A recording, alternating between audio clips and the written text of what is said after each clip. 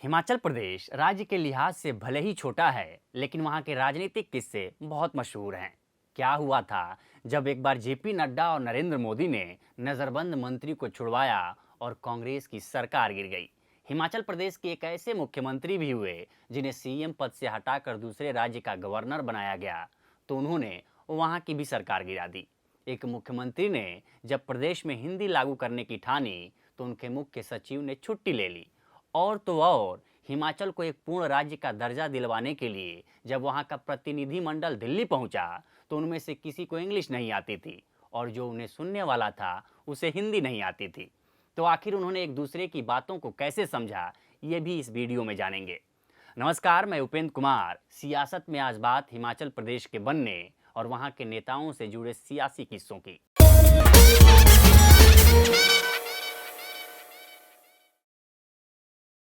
हिमाचल एक छोटा प्रदेश भले है, लेकिन वहाँ की राजनीति के किस्से बहुत मशहूर हैं। चाहे वो हिमाचल बना कैसे, या हिमाचल की राजनीति जो उतार-चढ़ाव होती गई वो कैसे हुआ, हम इन सब चीज़ों के बारे में जानेंगे। लेकिन इससे पहले ये भी जानेंगे कि जब हिमाचल बना तो क्या हिमाचल शुरू से ही ऐसा है? क्योंकि आप 10 दिन की जब छुट्टियाँ मनाने जाते हो तो वहाँ की चमचमाती सड़कें देखते हो, क्या ये पहले से थी? ज़ाहिर है ऐसा नहीं है। लेकिन आज हम इसी पे बात करेंगे। हमारे साथ प्रोफेसर शशिकांत सर हैं, उनसे हम बात करेंगे और उन्होंने हिमाचल की राजनीति को बहुत नज़दीक से देखा है। वो गवर्नर के पूर्व एडवाइज़र भी रह चुके हैं। तो आज इन्हीं सब मुद्दों पे बात करेंगे कि हिमाचल के बनने की कहानी क्या है और उसके राजनीतिक किस्से क्या हैं। तो सर बहुत-बहुत जी, स्वागत है। धन्यवाद, धन्यवाद। तो सर हम यहीं से शुरू करते हैं कि हिमाचल बना कैसे? देखिए, हिमाचल के बनने की कहानी भी बड़ी मज़ेदार है जिसको कह सकते हैं और एक नया प्रयोग हुआ इस तरह से देश में क्योंकि जब हिमाचल बनाने की बात आई, तो सबसे पहले सवाल ये खड़ा हो रहा था कि अगर इस राज्य को बनाया जाएगा तो इतना क्योंकि इस राज्य में विकास के कामों पर हज़ारों लाखों करोड़ रुपए खर्च होंगे। क्योंकि पहाड़ी राज्य है, सड़कें बनाना आसान नहीं है, बिजली पहुँचाना आसान नहीं है और आपको पानी देना आसान नहीं है। तो जो और ऊपर से जब मंत्रिमंडल का खर्च, सचिवालय का खर्च, दूसरे कार्यालयों का खर्च, तो ये सोचा गया कि एक वाइबल स्टेट नहीं होगी आर्थिक रूप से हुँ। और हिमाचल को पंजाब के साथ ही रखा जाए। हुँ, हुँ। तो इसी वाद विवाद के बीच में हिमाचल को बनाए जाने की मांग लंबे समय से चली आ रही थी और डॉक्टर यशवंत सिंह परमार जिसे हिमाचल निर्माता इसीलिए कहा जाता है क्योंकि उनके समय में हिमाचल बना। तो बड़ी मजेदार कहानी है और इंदिरा गांधी उस समय प्राइम मिनिस्टर थी तो उनके पास जाके इस बात को रखा गया कि आप हिमाचल बनाने की बात कर रहे हैं लोग और मांग उठ रही है, पूर्ण राज्य का दर्जा दिए जाने की बात थी। तो पंजाब का जो पहाड़ी क्षेत्र है वो पहले हिमाचल के साथ जब पूर्ण राज्य नहीं भी बना था तब भी 1966 में पंजाब पुनर्गठन कानून एक आया था। पंजाब रीऑर्गेनाइजेशन एक्ट जिसे अंग्रेजी में हम कहते हैं, इसी नाम से इसे जाना जाता है। इसके तहत हरियाणा बना था, हुँ, पंजाब का रीऑर्गेनाइज्ड हुआ था, पंजाब पुनर्गठन हुआ इसका और हिमाचल के जो पहाड़ी क्षेत्र थे जिसमें कांगड़ा है, लाहौल स्पीति है, कुल्लू है और शिमला है, हुँ, इस हुँ, तरह के ये जो एरिया थे जो पंजाब का एक हिस्सा थे, इन्हें हिमाचल में मिला दिया गया था लेकिन पूर्ण राज्य का दर्जा भी हिमाचल को नहीं मिला था। हुँ, तो जब ये क्षेत्र मिले और कहा गया कि हिमाचल का दर्जा दिया जाए तो ये मांग उठी। तो कहा गया कि अगर हिमाचल बनेगा तो वो खर्चा कैसे चलाएगा, वहां की राज्य सरकार चलेगी कैसे और लोगों के पास, तो ये प्रश्न था और इसी के वजह से हिमाचल नहीं बनाया गया। और हुँ, जबकि ये कहा गया, दूसरी तरफ जो तर्क दिया जा रहा था वो ये था कि जो खर्चा हो रहा है वो तो पंजाब के तहत अगर इसे रखा जाएगा तब भी ये विकास तो यहाँ करना ही पड़ेगा, आजादी के बाद इन क्षेत्रों को भी जोड़ना पड़ेगा। हुँ, और अगर ये बनाया जाता है तो विकास, क्योंकि पहाड़ी क्षेत्रों की अपनी जरूरतें हैं और अपनी उनका एक अलग रहन सहन का एक स्टाइल है, तो उन्हें अगर अलग नहीं किया जाएगा तो मैदानी इलाकों के साथ पिसते चले जाएंगे और उनमें विकास तेज नहीं होगा। हुँ, इस वाद विवाद के बीच में एक 3 सदस्यीय कमेटी बनी, उसके एक चेयरमैन बनाए गए, 2 अधिकारी बनाए गए और इंदिरा गांधी जी ये जानना चाहती थी कि इसकी बारीकियों को समझा जाए। हुँ, तो ये बड़ी मजेदार बात है कि जब वो कमेटी बनी उसमें 2 सदस्य और इस बात के खिलाफ थे कि हिमाचल बने, तो बहुमत इसके खिलाफ था।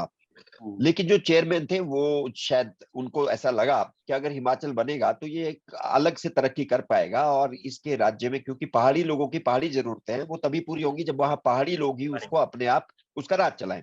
हुँ, लेकिन दिल्ली में कोई सुनने वाला नहीं था। डॉक्टर परमार इस बात की लड़ाई लड़ते रहे और काफी लोगों ने इसकी वो हिमाकत की कि हिमाचल बनाया जाए, लेकिन उसके बावजूद इंदिरा गा- वही जो जी पहले मुख्यमंत्री बने यशवंत सिंह परमार। जी जी।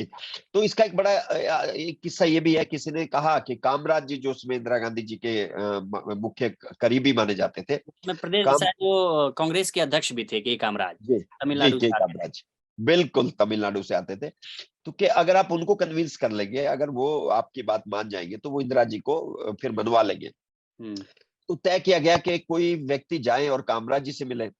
तो कांगड़ा जिले में कुछ प्रभावशाली लोग थे जिनका के रुतबा था, उनकी एक दो तीन चार लोगों की टीम बनाई गई और उनको आग्रह किया गया, जो थोड़े से बुजुर्ग थे और जिनकी बात मानी जाती थी राजनीति में भी और जिनका एक प्रभाव था, उन्हें कहा गया कि वो दिल्ली जाएंगे और इस बारे में बात करेंगे। हम्म। तो ये जब वो लोग दिल्ली गए और अचानक बड़ी मुश्किल से डॉक्टर परमार ने ये मैनेज किया कि कामराज जी से उनकी मुलाकात हो, जो हम्म। पहले तय नहीं थी, अचानक से मुलाकात हुई। तो हम्म। जैसे ही मुलाकात हुई तो उस समय अचानक इन लोगों को एहसास हुआ कि अरे ये बहुत बड़ी गलती हो गई कि कामराज जो थे, आपको जैसे मालूम है, उन्हें हिंदी नहीं आती थी हाँ हाँ। और उन्हें हिंदी नहीं आती हिंदी थी इंग्लिश आती और थी, वो तमिल और इंग्लिश आती थी, हिंदी नहीं आती थी। हाँ। और इसीलिए ये जो उन्होंने हमारे शायद प्रधानमंत्री के पद के लिए जब लाल बहादुर शास्त्री की डेथ होती है, तो होता है कि जी भाई अब कांग्रेस में प्रधानमंत्री कौन बनेगा, तो कहा जाता है कि भाई आपकी बिल्कुल पकड़ सबसे ज्यादा है अभी संगठन में, क्योंकि जवाहरलाल नेहरू के भी बहुत करीब रह चुके थे। तो बिल्कुल आप बिल्कुल ही आइए।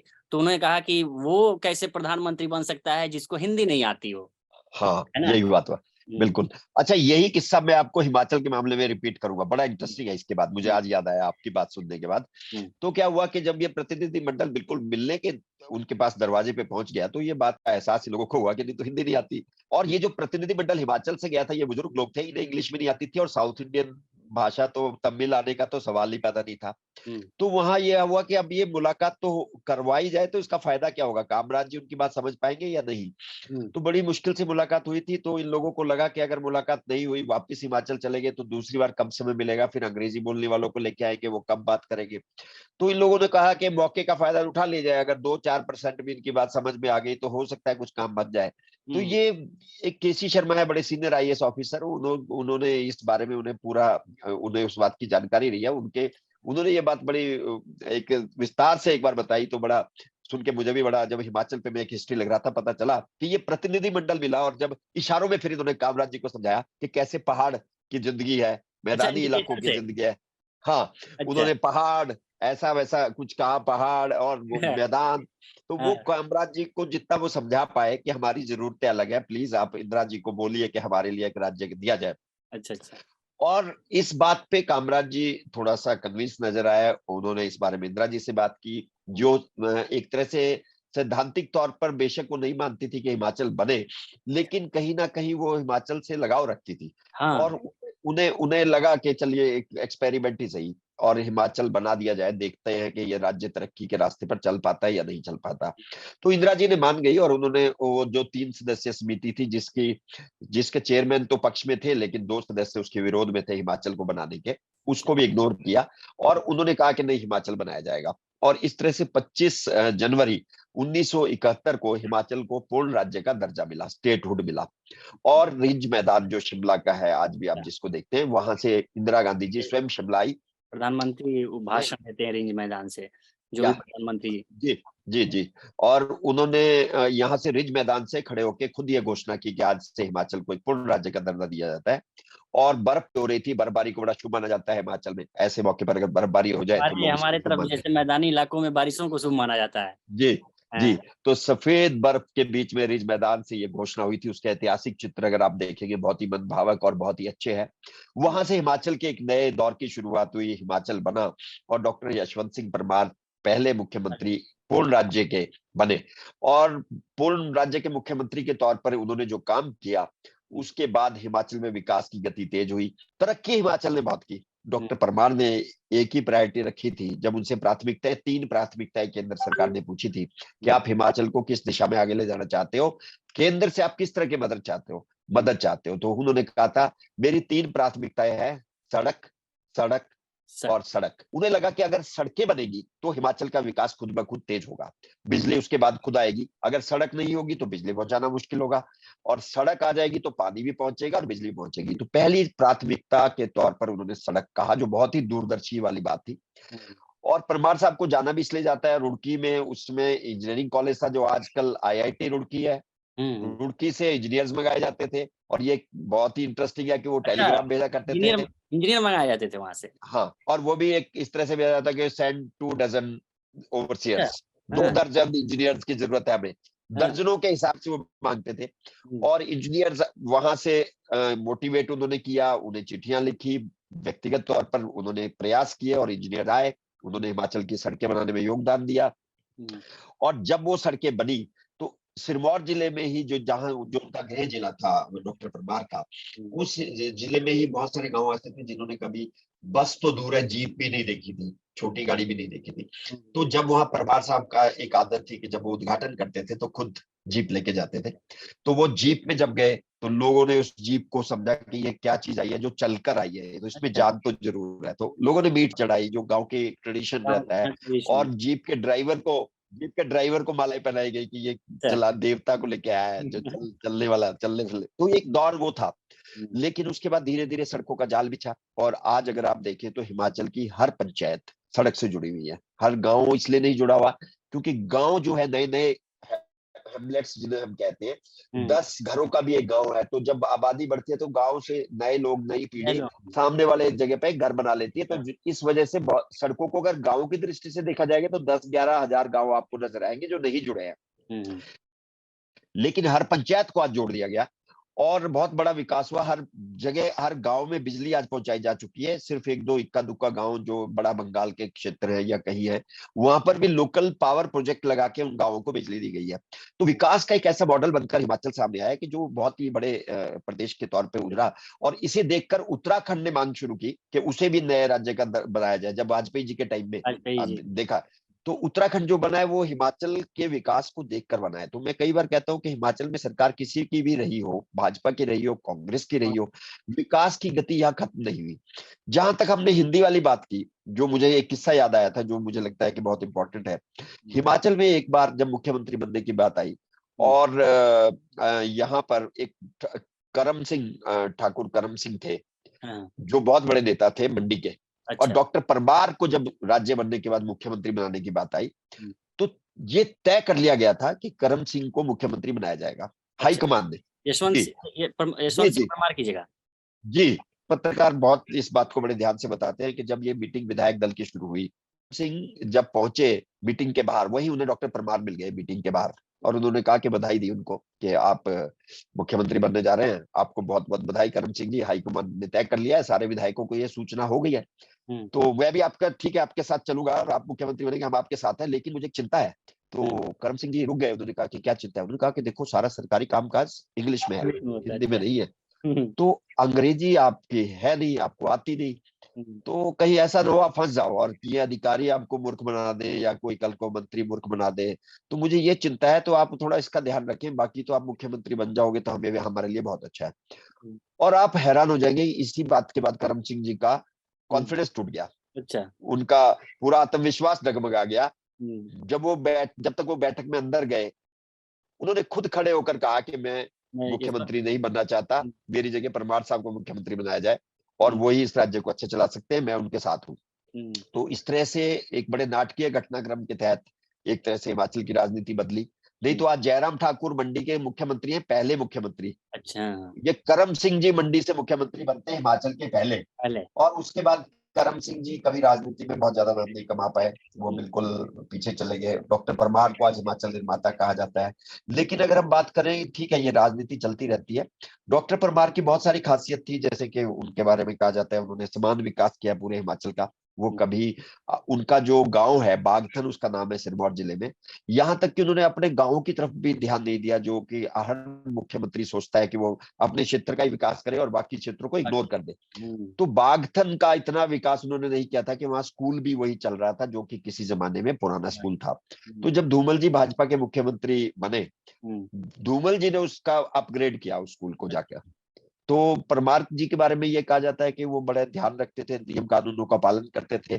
जैसे एक किस्सा बड़ा उनके बारे में मुझे किसी ने सुनाया कि एक बार परमार साहब, चुनाव की घोषणा हो गई और उसमें चुनाव आयोग की कोई एग्जिस्टेंस नहीं होती थी, शुरू के जो चुनाव होते थे ये तो शेषन जी के बाद पीएन शेषन जब आए और उन्होंने डंडा घुमाया तो लोगों को पता चला कि चुनाव आयोग की कोई अहमियत है। कहावत बड़ी मशहूर है कि मैं जी। नाश्ते में नेताओं को खाता हूँ। या बिल्कुल।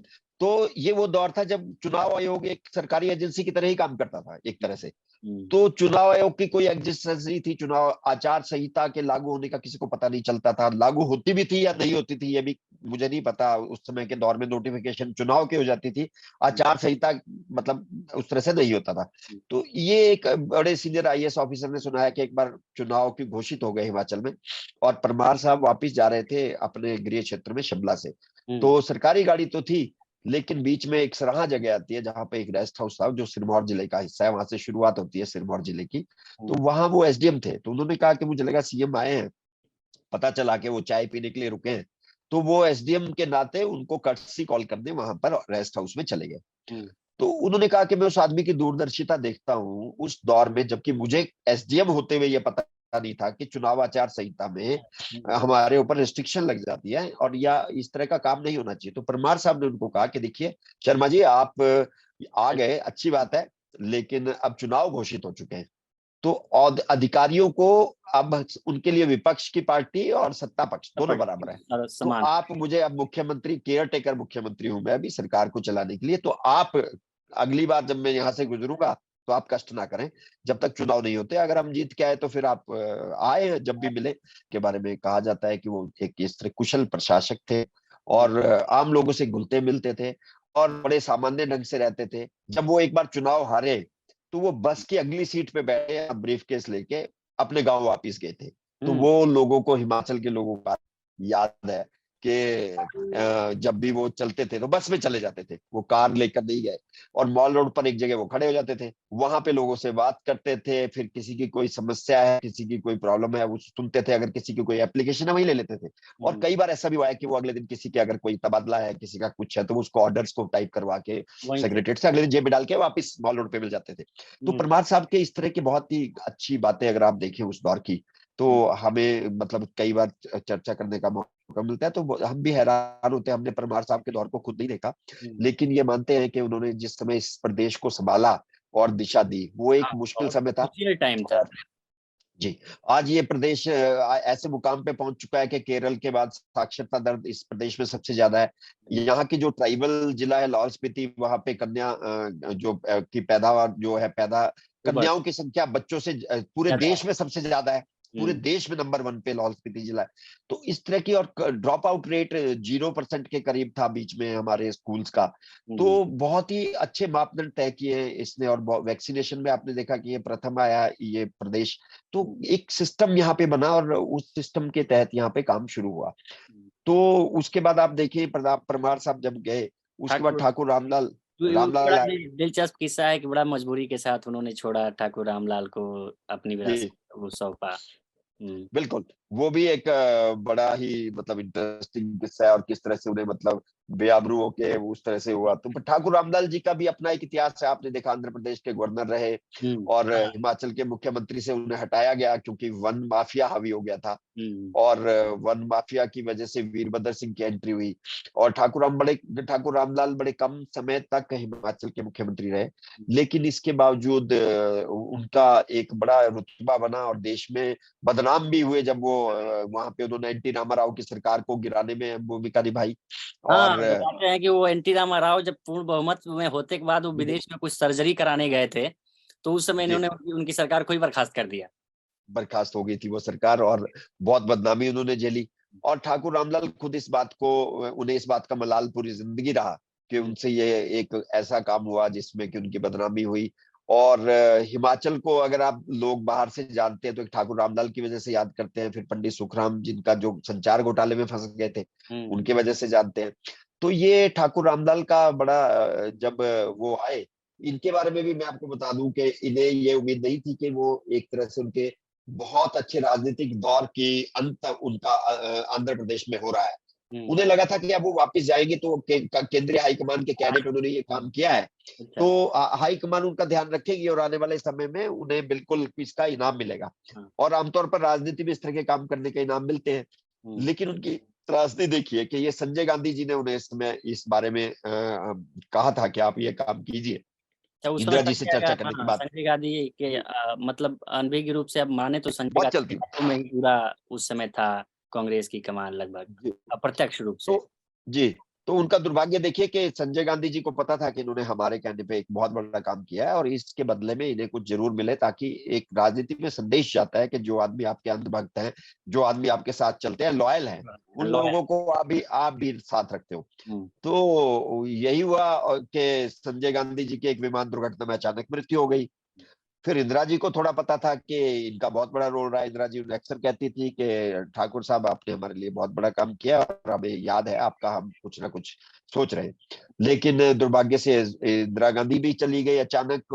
31 अक्टूबर 1984 को कराची को। उनके जैसा उनकी हत्या हो गई। हम्म, उसके बाद राजीव गांधी आए तो ठाकुर रामलाल उनसे मिले और एक बार उन्हें बताया और उन्हें आभास था थोड़ा सा, तो उन्होंने कहा हाँ मुझे पता है, आप मेरे परिवार के जो सबसे लॉयल लोग हैं। मैं घर में एक दो बार सुनता था, हालांकि मैं सक्रिय राजनीति में नहीं था, लेकिन ठाकुर साहब मुझे थोड़ा पता है, तो हम आपके लिए कुछ करेंगे। लेकिन आप देखिए कि ठाकुर रामलाल की दुर्भाग्य देखिए कि उससे पहले राजीव गांधी की भी हत्या हो गई कि वो कुछ करते। तो कुल मिलाकर ठाकुर रामलाल बड़ी असहाय स्थिति में रहे बाद में। हालांकि वो 7-8 बार जुब्बल कोटखाई से जीते, पूरे देश में बड़े कम लोग ऐसे हैं जो लगातार विजयी रहे हो। हम्म, और उन्होंने वीरभद्र सिंह जैसे दिग्गज को हराया। वीरभद्र अच्छा। सिंह पूरी जिंदगी में एक ही चुनाव हारे। एक बार रामलाल उन्होंने, ठाकुर से। जी, एक बार वो 2 जगह से चुनाव लड़े। वीरभद्र सिंह ने चुनौती दी ठाकुर रामलाल को कि मैं तुम्हें हराऊंगा तुम्हारे गढ़ में आके, और वो जुब्बल कोटखाई जो उनका क्षेत्र है उसमें उनके खिलाफ चुनाव लड़ने चले गए। हम्म, लेकिन उन्होंने समझदारी ये की कि उनका जो अपना पारंपरिक क्षेत्र था रोडू, हम्म, वहां से भी वो चुनाव लड़े। अच्छा। तो अंत में क्या हुआ कि ठाकुर रामलाल जीत गए हम्म, और वीरभद्र सिंह जुब्बल कोटखाई से हार गए। और सिर्फ रोडू से वो जीते। हम्म, रोडू का चुनाव ही एक ऐसा चुनाव था जहां से कि वो जीत पाए। तो इस बात का मलाल वीरभद्र सिंह को जिंदगी भर रहा कि जुब्बल कोटखाई के लोगों ने उनके साथ धोखा किया और ठाकुर रामलाल के मुकाबले में उन्हें नंबर 2 पर रखा। तो हम्म, इसका खामियाजा जुब्बल कोटखाई के लोग अभी तक भुगतते रहे, जब तक ठाकुर रामलाल जिंदा रहे और वीरभद्र सिंह जिंदा रहे। क्योंकि लंबे समय तक मुख्यमंत्री रहे वीरभद्र सिंह, हाँ। तो वीरभद्र सिंह ने हमेशा इस क्षेत्र के लोगों को कभी भी तरजीह नहीं दी और हमेशा उनके साथ वही व्यवहार किया जो उन लोगों ने चुनाव में उनके साथ हाँ, किया था। हम्म, तो वीरभद्र सिंह के बारे में कहा जाता है कि वो, अगर जुब्बल कोटखाई का कोई आदमी उनके पास काम के लिए आता था तो वो नजरें भी उससे नहीं मिलाते थे, और उनके मन में रहता था ये वो लोग हैं जिन लोगों ने उन्हें बहुत अपमान का घूंट पीना पड़ा है, जिसकी वजह से। शांता कुमार जी आए। शांता कुमार का और बड़ा इंटरेस्ट किससे आया वो पहली गैर हाँ, कांग्रेसी सरकार बनाने की। जी, तो जब शांता कुमार जी पहली बार मुख्यमंत्री बन के हिमाचल में आए तो कई मुद्दे थे, कई चीजें थी, तो उन्होंने एक चीज शुरू करी कि वो जनता को ये बताना शुरू किया कि प्रदेश की आर्थिक स्थिति ठीक नहीं है और ये कांग्रेस के समय में भी खराब थी। तो उन्होंने क्या किया कि रोजगार बंद कर दिए लोगों को देने, और उन्हें लगता था कि हम एक समय पे इस प्रदेश के लोगों को बता के टैक्स लगाना वो चाहते थे ताकि आमदन बढ़े। उनकी नीतियां देखा, प्रैक्टिकल नीतियां थी जो कि इस देश में शायद ही कोई आदमी हिम्मत कर पाए। नो वर्क नो पे कर्मचारियों की अगर हड़ताल हुई तो नो वर्क नो पे वो लेके आए। रेस्ट हाउस में अगर वो जाते थे तो अपने खाने का पैसा खुद देते थे और उम्मीद करते थे, उम्मीद क्या करते थे, व्यवस्था थी कि उनका ड्राइवर भी पैसे का खाने का पैसा देता था। अच्छा। उनके साथ पीए चलता था, वो भी पीए अपने खाने का पैसा रेस्ट हाउस में अदा करता था। तो एक तरह से ये हो गया था कि शांता कुमार ने नियमों के हिसाब से सरकार को चलाना शुरू किया और एक उन्होंने नारा दिया कि वो भ्रष्टाचार को यहाँ से खत्म करेंगे और बड़े सख्त मुख्यमंत्री के तौर पर वो पेश हुए। उनका दुर्भाग्य सिर्फ ये रहा कि उनकी सरकार 2 बार बनी, एक बार 1990 में बनी और एक बार 1977 में बनी। तो दोनों ही सरकारें करीब 2.5 साल का वक्त ही पूरा कर पाई, उसके बाद वो सरकारें अचानक गिर गई। तो और वो एक मस्त मुख्यमंत्री थे, इस तरह से वो साहित्यकार भी थे। पहली बार उन्होंने अपनी किताब में भी ये चीजें लिखी है कि वो जिसमें सरकार गिर रही थी और उनके ऊपर ये प्रेशर भी था कुछ लोगों का कि वो खरीद फरोख्त कर ले और विधायकों को अपनी तरफ जोड़ ले, वो जुगनू फिल्म देखने चले गए शिमला के एक थिएटर में। अच्छा। और उन्होंने कहा कि सरकार गिरती है गिरती रहे, फिल्म देखने दो यार। तो वो फिल्म देख के आए तो सरकार गिर चुकी थी। फिर चुके थे। तो गिर चुकी थी, तो उन्होंने उसको जोड़ तोड़ की राजनीति नहीं की। दूसरी बार उनका दुर्भाग्य रहा कि अयोध्या में मस्जिद टूट गई 1992 में। 92 में। और 6 दिसंबर की बात है, तो जब मस्जिद टूटी तो उनका एक विधायक वो वहां से ईंट लेके आ गया, साधु राम उनका नाम था, और उन्होंने आके वो प्रेस पर और कहा बड़े फक्र से कि मैं भी अयोध्या गया था और वहां से ईंट लेके आया हूँ।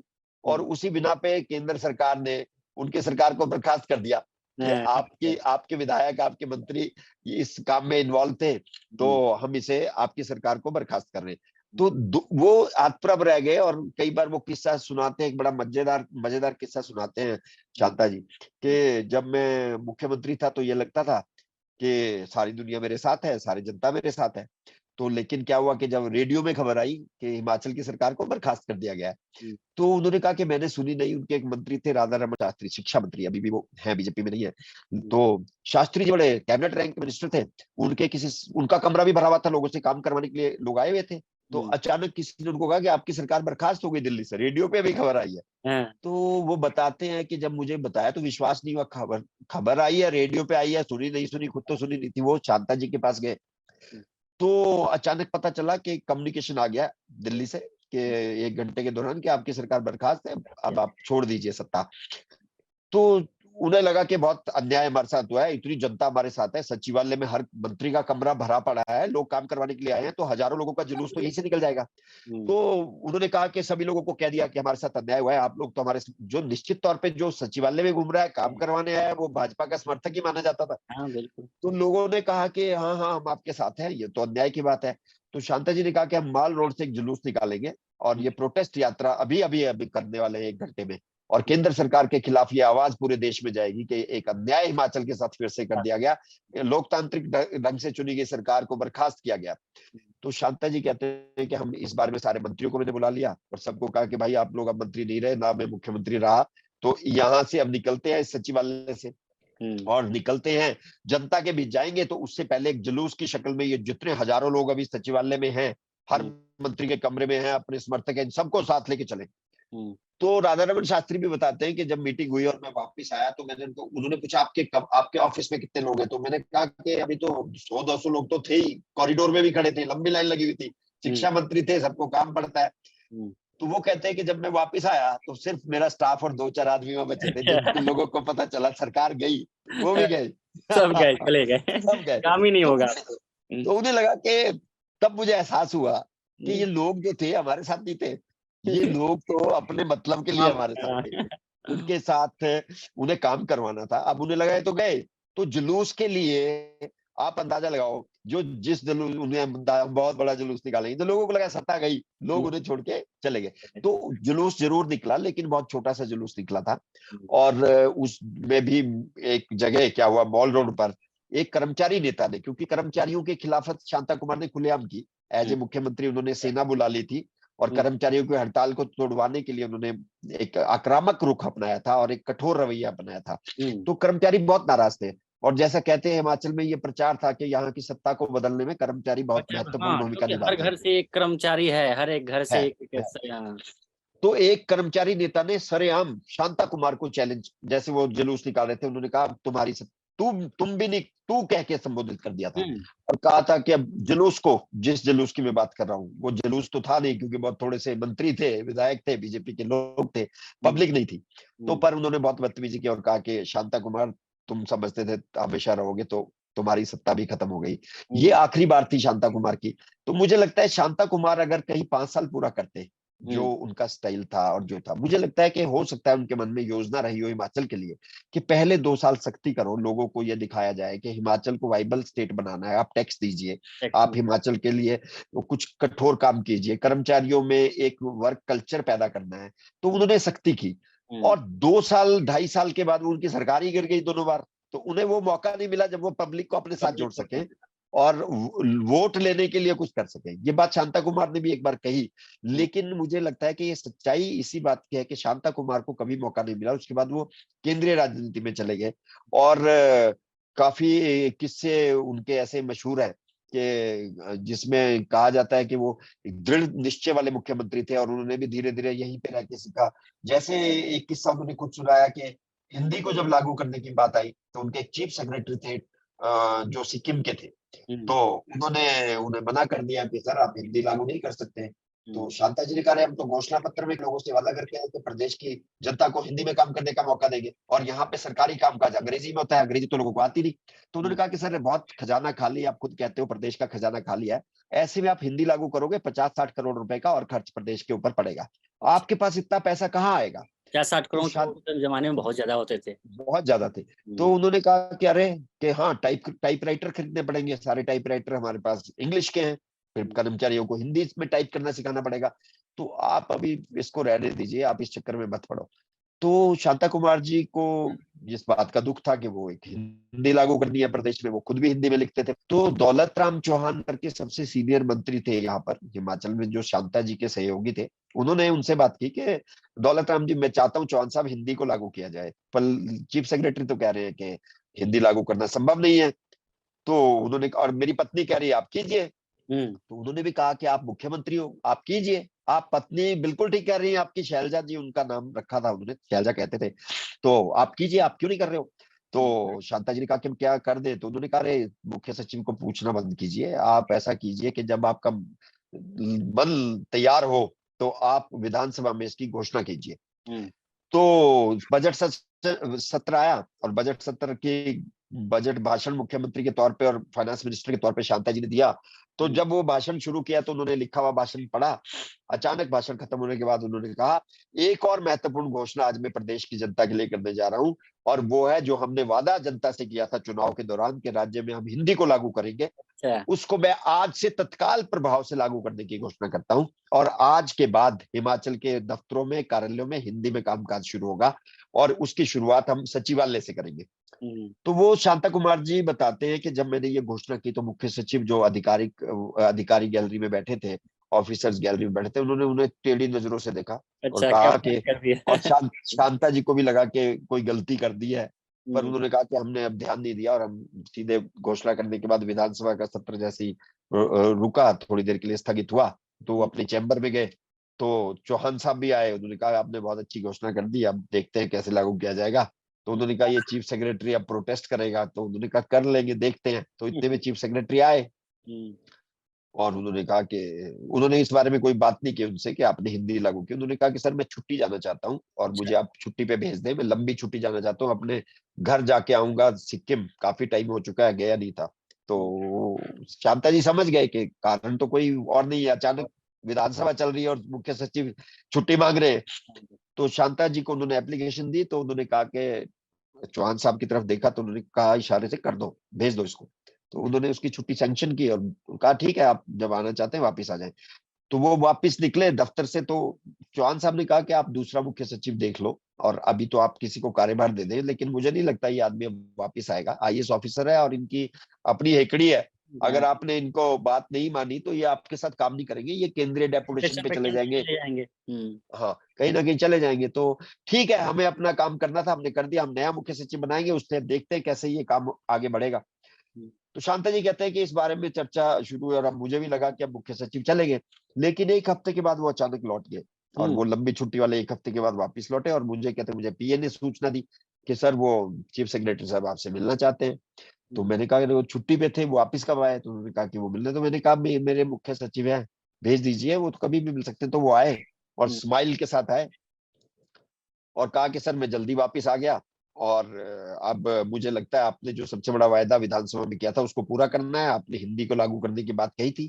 तो कहते मैंने उनकी तरफ देखा और कहा कि आप ये 50-60 करोड़ का क्या होगा, वो जो आप कह रहे तो पैसा तो है नहीं, तो उसका इंतजाम कौन करेगा। तो उन्होंने कहा कि अरे सर मैंने सारा पता कर लिया, पूरी एक्सरसाइज कर लिया है, और मुझे लगता है कि हमें सिर्फ टाइपराइटर के कीपैड बदलने पड़ेंगे, सारे टाइपराइटर बदलने की जरूरत नहीं है। तो ये काम 2-4-5 करोड़ में हो जाएगा, और उसके बाद हम चरणबद्ध ढंग से एक फेज मैनर में कर्मचारियों की ट्रेनिंग करेंगे, कम से कम जनता के हिंदी में लिखी हुई चीजों को अब तरजीह दिया जाएगा। और फिर जाते जाते उन्होंने कहा कि तो उन्होंने कहा आप एक हफ्ता कहाँ रहे, तो उन्होंने कहा सर अरे एक हफ्ता मैं हिंदी सीख रहा था, अच्छा। और अब मैंने हिंदी में दस्तखत करने सीख लिए। तो शांता कुमार जी इस बात को जब सुनाते थे तो वो यही कहा करते थे कि देखिए एक राजनीतिक विल पावर जो है वो बहुत बड़ी चीज है एक राजनीति में।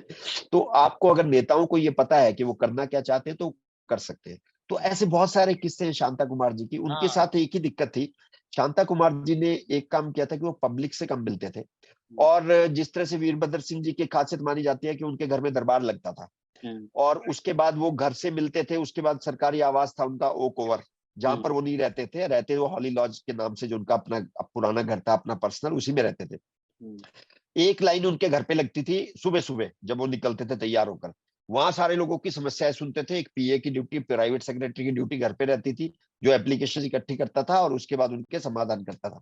उसके बाद वो ओक ओवर जाते थे जहां पर एक लोगों की लाइन दूसरी लगी रहती थी, और वहां पे भी लोग एप्लीकेशन लेके खड़े रहते थे और उनको अपने दिक्कतें बताते थे। तो वहां से जब फ्री होते थे फिर वो अपने कार्यालय जाते थे, और अच्छा। इसी तरह की लाइन उनके कार्यालय में लगी रहती थी। हम्म, तो क्या था कि वीरभद्र सिंह को लोगों से मिलना जुलना बहुत अच्छा लगता था, और वो लोगों की समस्याओं का समाधान एक राजा की तरह, हम्म, जैसे राजाओं को होता है कि वहीं पे तत्काल ऑर्डर और तत्काल उसका समाधान, तो वो इस तरह से किया करते थे। और उनके पास बड़ी लंबी लाइन लगती थी, बड़े किस्से उनके जो लाइनों में लोग आते थे, और वो कई बार रो पड़ते थे उनकी समस्याएं सुन के।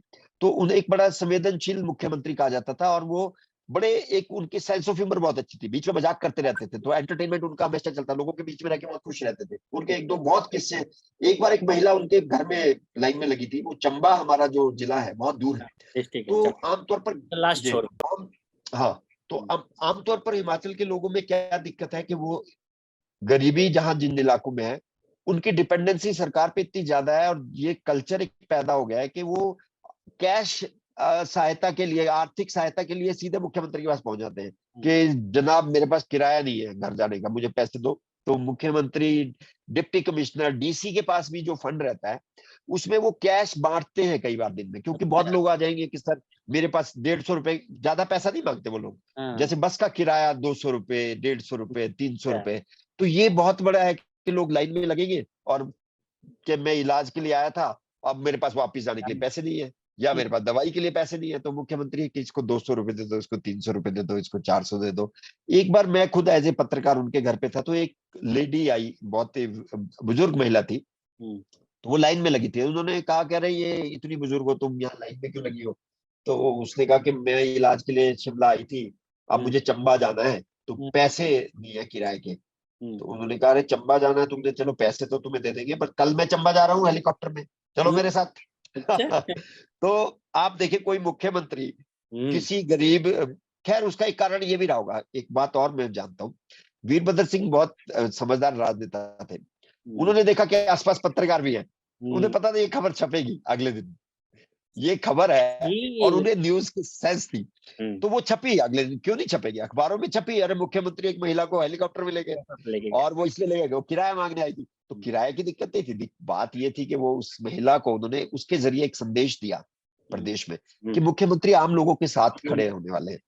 एक बार का मैं आपको किस्सा सुनाऊं, मुख्यमंत्री अपने घर जा रहे थे जहां उनका हॉली लॉज है, पूरा कारकेड चलता था, हम्म, आगे पायलट था, पीछे वो थी। तो एक हिमाचल शिमला अगर आप कभी आए तो यहाँ पे जो खान है, हमारे कश्मीरी मजदूर हैं, वो हम्म, पूरी इकोनॉमी को चलाते हैं शिमला की, क्योंकि पहाड़ी रास्ते हैं, यहाँ पर आपकी गाड़ियां नहीं चलती, यहाँ पीठ पे सामान उठा के चलना पड़ता है।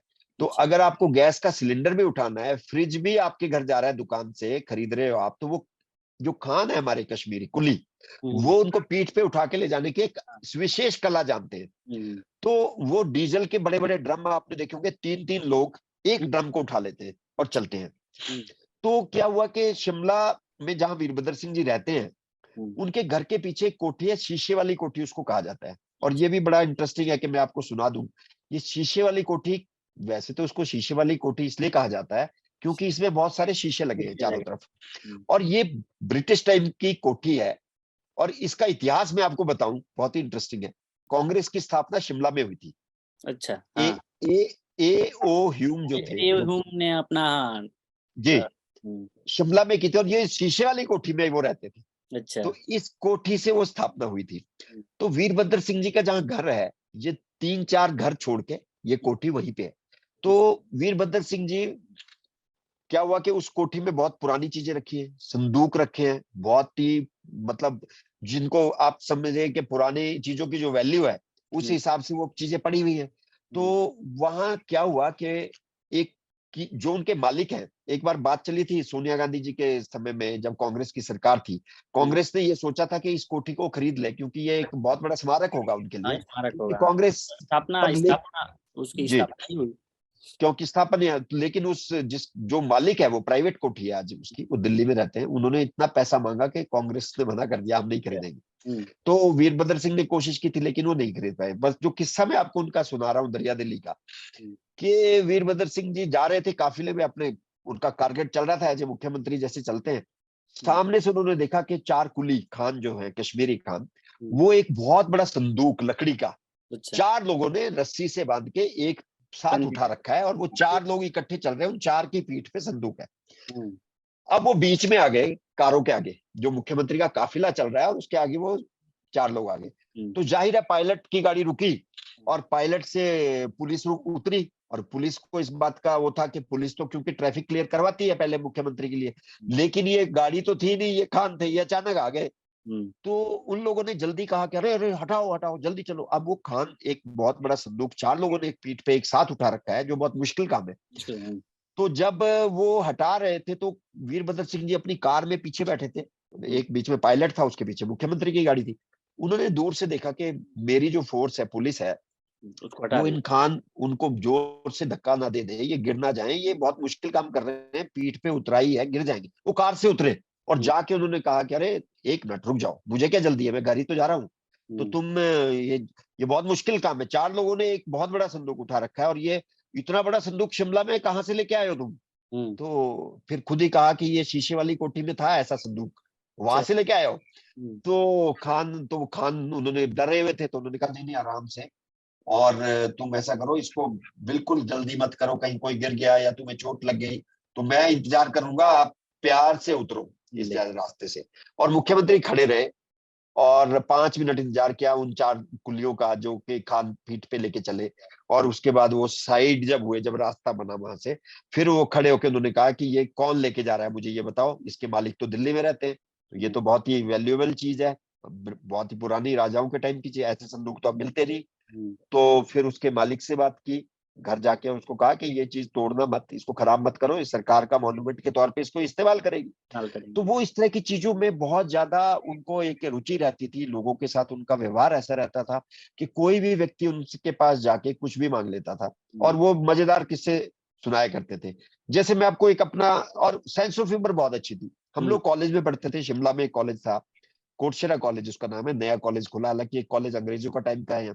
हम्म। वीरभद्र सिंह मुख्यमंत्री के तौर पर हमारे कॉलेज के एनुअल डे पे आए। हम्म। अब ये कॉलेज नया खुला था, और यहाँ पे लड़के थे, लड़कों का कॉलेज था। हम्म। तो जैसे आपको पता है कि कई तरह की वो करते हैं, तो लड़कों ने एक डिमांड रखी उनके सामने, उन्होंने कहा बताओ आपकी क्या डिमांड है, पैसा तो कॉलेज में मिल रहा था, सब कुछ था। हम्म। तो कुछ लड़कों ने डिमांड रखी कि सर इसको को एजुकेशन कर दो, लड़कियां नहीं पढ़ती इस कॉलेज में, लड़कियां नहीं है यहाँ, तो अच्छा। लड़कियों का भी बना दो सर, इसको लड़कियों को भी एडमिशन मिल जाए, को एजुकेशन कर दीजिए इसको। हम्म। तो स्माइल दी उन्होंने, समझ गए कि बच्चे मजाक कर रहे हैं। फिर हम्म। उसके बाद उन्होंने भाषण दिया जब मुख्य अतिथि के तौर पे कॉलेज के, तो हम्म। आप सुनिए क्या कहा उन्होंने। कहा अरे मुझे बड़ी बहुत सारी डिमांड मिलती है जब मैं जाता हूँ, यहाँ पे एक अनोखी डिमांड आई, और मुझे बच्चों ने कहा कि इसको को एड बनाओ, को एजुकेशन किया जाए यहाँ पे। तो मैं इसकी घोषणा करता हूँ अगले सत्र से ये को एड होगा। और क्योंकि जब ये लड़कों का कॉलेज है, लड़कियां इसमें अभी अगले साल से आएंगी, तो आप सब बच्चों से अब मेरा रिक्वेस्ट है, अनुरोध है, अपनी बहनों से कहें कि यहाँ एडमिशन लें, ताकि वो आपकी एक दूसरे आपकी के बहनें रक्षक आए। बन के रहे। हाँ, तो बहनें जब आएंगी तो ही लड़के आएंगी, तो बहनें अब अपनी बहनों को कल अगली यहाँ, और फिर जोर से हंसे। तो उनका जो सेंस ऑफ ह्यूमर था बहुत जबरदस्त था वीरभद्र सिंह जी का। और पूरी राजनीति भी वो करते थे, तो बहुत उनके ऐसे किस्से हैं कि जब लोग उनके सुनाते हैं, और जिस तरह से वो लड़ते थे हाईकमान के साथ, उनकी जिंदगी की एक त्रासदी रही, कभी उनकी दिल्ली में नहीं बनी हाईकमान से, कभी भी कांग्रेस की मुख्यमंत्री रहते हुए उन्हें हमेशा ये रहा कि उनके साथ अन्याय होता है, और उन्हें मुख्यमंत्री प्रोजेक्ट नहीं किया जाता।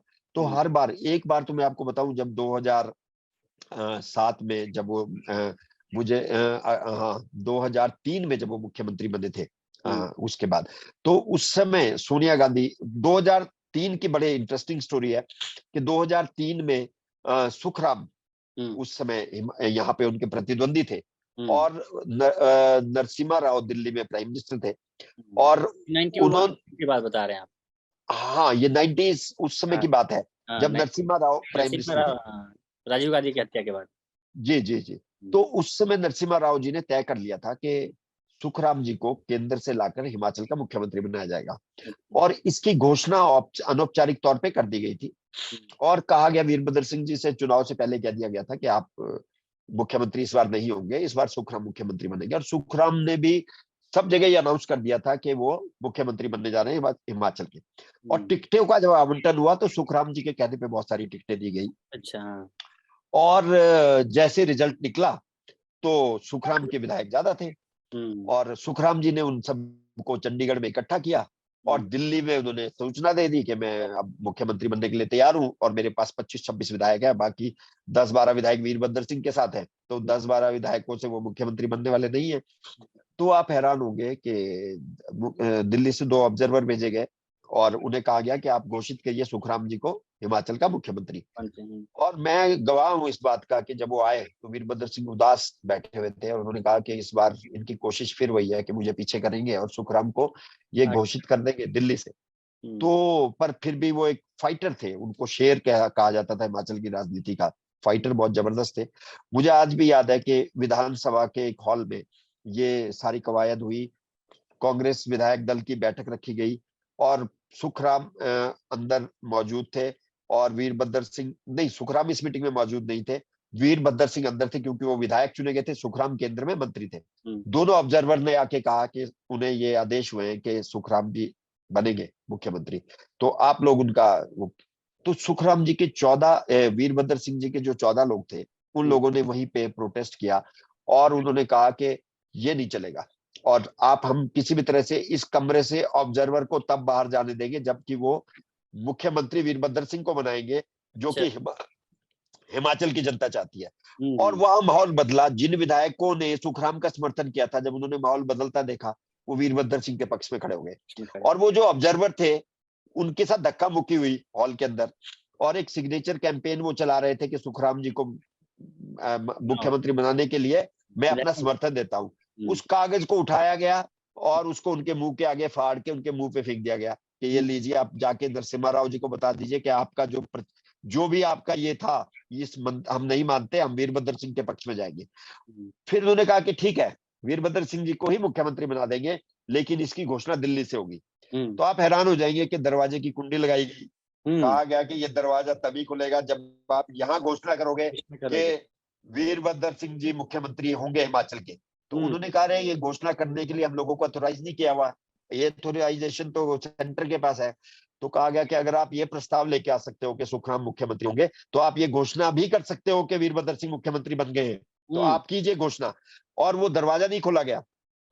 थोड़ी देर में एक आदमी बाहर आया, पत्रकार बाहर थे, उन्होंने कहा कि सिर्फ इलेक्ट्रॉनिक चैनल्स की हमें जरूरत है क्योंकि वो उसकी डॉक्यूमेंटेशन चाहते थे ये घोषणा की कि एक वीडियो बन जाए कि जिसमें ये घोषणा हो जाए कि वीरभद्र सिंह मुख्यमंत्री है। और बेअंत सिंह भी ऑब्जर्वर थे, जो पंजाब के मुख्यमंत्री थे जिनकी बाद में हत्या हो गई थी टेररिस्ट, वो उसमें एक ऑब्जर्वर के तौर पे आए थे बेअंत सिंह। तो बेअंत सिंह जी को मजबूर किया गया कि वो खड़े होके पहले ये घोषित करें, टीवी के सामने कैमरा लाइट्स ऑन कराई गई, उनसे कहा गया कि नहीं, हम इस बात सेंटर को ये कहने जा रहे हैं कि मुख्यमंत्री वीरभद्र सिंह होंगे, यही शपथ लेंगे मुख्यमंत्री के तौर पे। तो ये बात घोषित हुई। इस तरह से 1993 में मुख्यमंत्री बने वीरभद्र सिंह। और दूसरी बार की मैं आपको बात बताऊं, 98 में फिर धूमल जी बने और उसके बाद फिर 98 से लेके जब 5 साल की सरकार गई 2003 में, उसके बाद जो फिर से यही समस्या आई कि सोनिया गांधी दिल्ली में आ गई और उन्होंने कहा कि हम वीरभद्र सिंह जी को मुख्यमंत्री नहीं बनाएंगे, उनकी जगह हम विद्या स्टोक्स को बनाएंगे। विद्या स्टोक्स यहाँ की सशक्त नेता थी, सेकंड नंबर की नेता थी कि विद्या स्टोक्स होंगी, और विद्या स्टोक्स ने दिल्ली से अनाउंस करवा दिया और दिल्ली में हाईकमान ने घोषित कर दिया कि विद्या स्टोक्स को मुख्यमंत्री बनाया जाएगा। अच्छा। हालांकि उनके पास सिर्फ 4 या 5 विधायक थे और सभी विधायकों को ये कहा गया कि वो वीरभद्र सिंह के साथ ना जाएं क्योंकि ये हाईकमान ये तय कर चुकी है।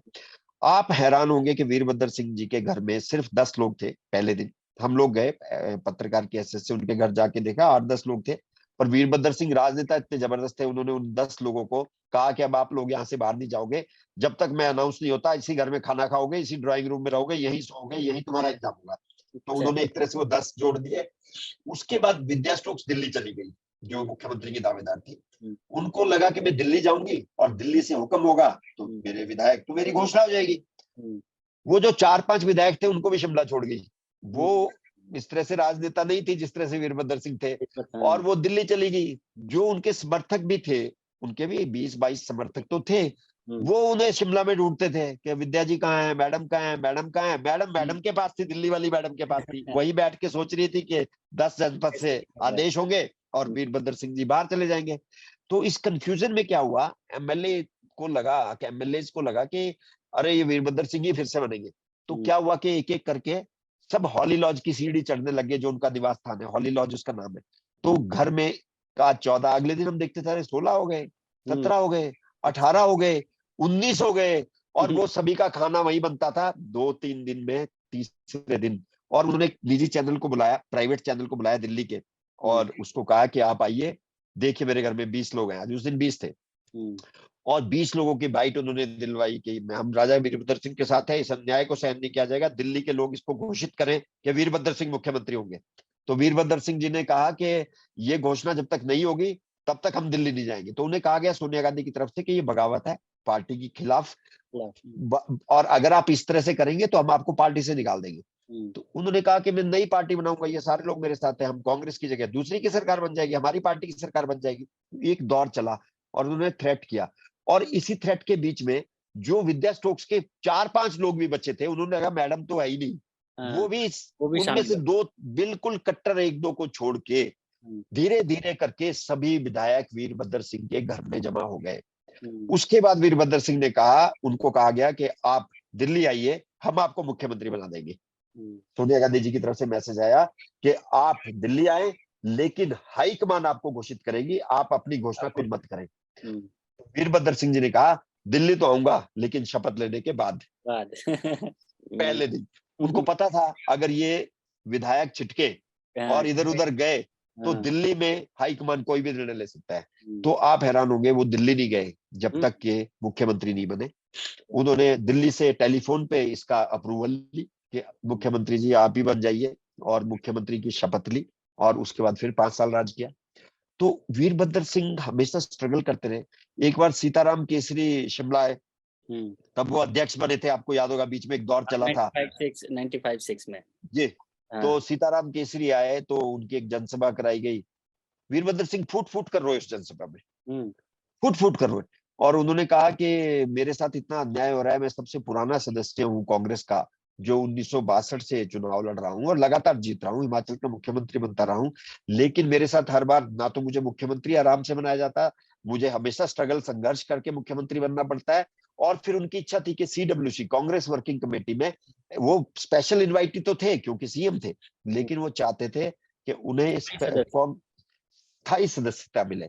तो सीताराम केसरी के आगे वो फूट फूट के रोए, और खबरें छपी अखबारों में कि वीरभद्र सिंह का अंदर से एक गुबार निकला सीताराम केसरी के सामने। तो वो, लेकिन उसके बावजूद उन्हें सीडब्ल्यूसी का मेंबर कभी नहीं बनाया गया, अगर आप देखें तो। एक लंबे संघर्ष उन्होंने अपनी जिंदगी में किया, लोगों के साथ उनका बहुत प्यार था, और लोग उनको चाहते थे, राजा साहब के नाम से उनको जानते थे लोग यहाँ हिमाचल में, और वो भी अपने लोग जो उनके साथ थे उनके साथ बहुत प्यार करते थे। और एक आपको मैं याद दिलाऊं, एक थिंड थे, मिस्टर बी एस थिंड उनका नाम था, आईपीएस ऑफिसर थे, उनको उन्होंने डीजी पुलिस बनाया हिमाचल का। उनके उस समय डीजी बनाया जब सीबीआई ने उनके खिलाफ धोखाधड़ी के और 420 के केस दर्ज थे। तो मैं आपको बताऊं, एक बार मैंने उनसे कहा कि आप ऐसे लोगों को बनाते हो जिनकी इमेज खराब है। एक बार सवाल पूछा मैंने एज ए पत्रकार, अकेला मैं उनका इंटरव्यू ले रहा था। मैंने कहा चलिए ऑफ द रिकॉर्ड ही बता दीजिए कि आपकी इमेज बड़ी ईमानदार है, आप लोगों के बीच में रहते हो, आप कहते हो हमारे स्वच्छ छवि, स्वच्छ प्रशासन देंगे, लेकिन आप थिंड साहब को नहीं छोड़ते, जबकि पंजाब पुलिस में इनके खिलाफ केस दर्ज है, बैंक का लोन इन्होंने वापस नहीं कर रखा, धोखाधड़ी के केस इन पे दर्ज है, केंद्र सरकार इनके, सीबीआई इनके पीछे पड़ी है। तो उन्होंने खुल के स्टैंड लेते थे वो ऐसे मामलों में। उन्होंने कहा कि देखिए थिंड साहब के बारे में जनता कुछ भी कहे, पब्लिक कुछ भी कहे, परसेप्शन कुछ भी हो, मैं इस आदमी को आज से नहीं जानता, आज डीजीपी पुलिस है ये मेरा, जब ये एसपी शिमला होता था। तो मैंने कहा क्या बात है, तो वो इज्जत क्यों करते थे। एक टसल थी ठाकुर रामलाल और वीरभद्र सिंह के बीच में। ठाकुर रामलाल जब मुख्यमंत्री, जब ठाकुर नहीं, ये बाद की बात है, जब ये मुख्यमंत्री थे, लेकिन उन्होंने किस्सा सुनाया कि जब ठाकुर रामलाल मुख्यमंत्री थे तो उनकी खिलाफत शुरू हुई थी वन माफिया की वजह से, कि उन्होंने सारे पेड़ कटवा दिए हिमाचल के, और वो स्मगलिंग होती है और उसका हिस्सा मुख्यमंत्री तक को जाता है। इंदिरा गांधी जी इसी बात से नाराज थी ठाकुर रामलाल से, और उन्होंने उन्हें हटाकर गवर्नर बनाया था आंध्र प्रदेश का। तो वो कहते हैं कि उसमें मुख्यमंत्री के खिलाफ आवाज उठाने की हिम्मत कोई अफसर नहीं करता था और पब्लिक में नहीं करती थी।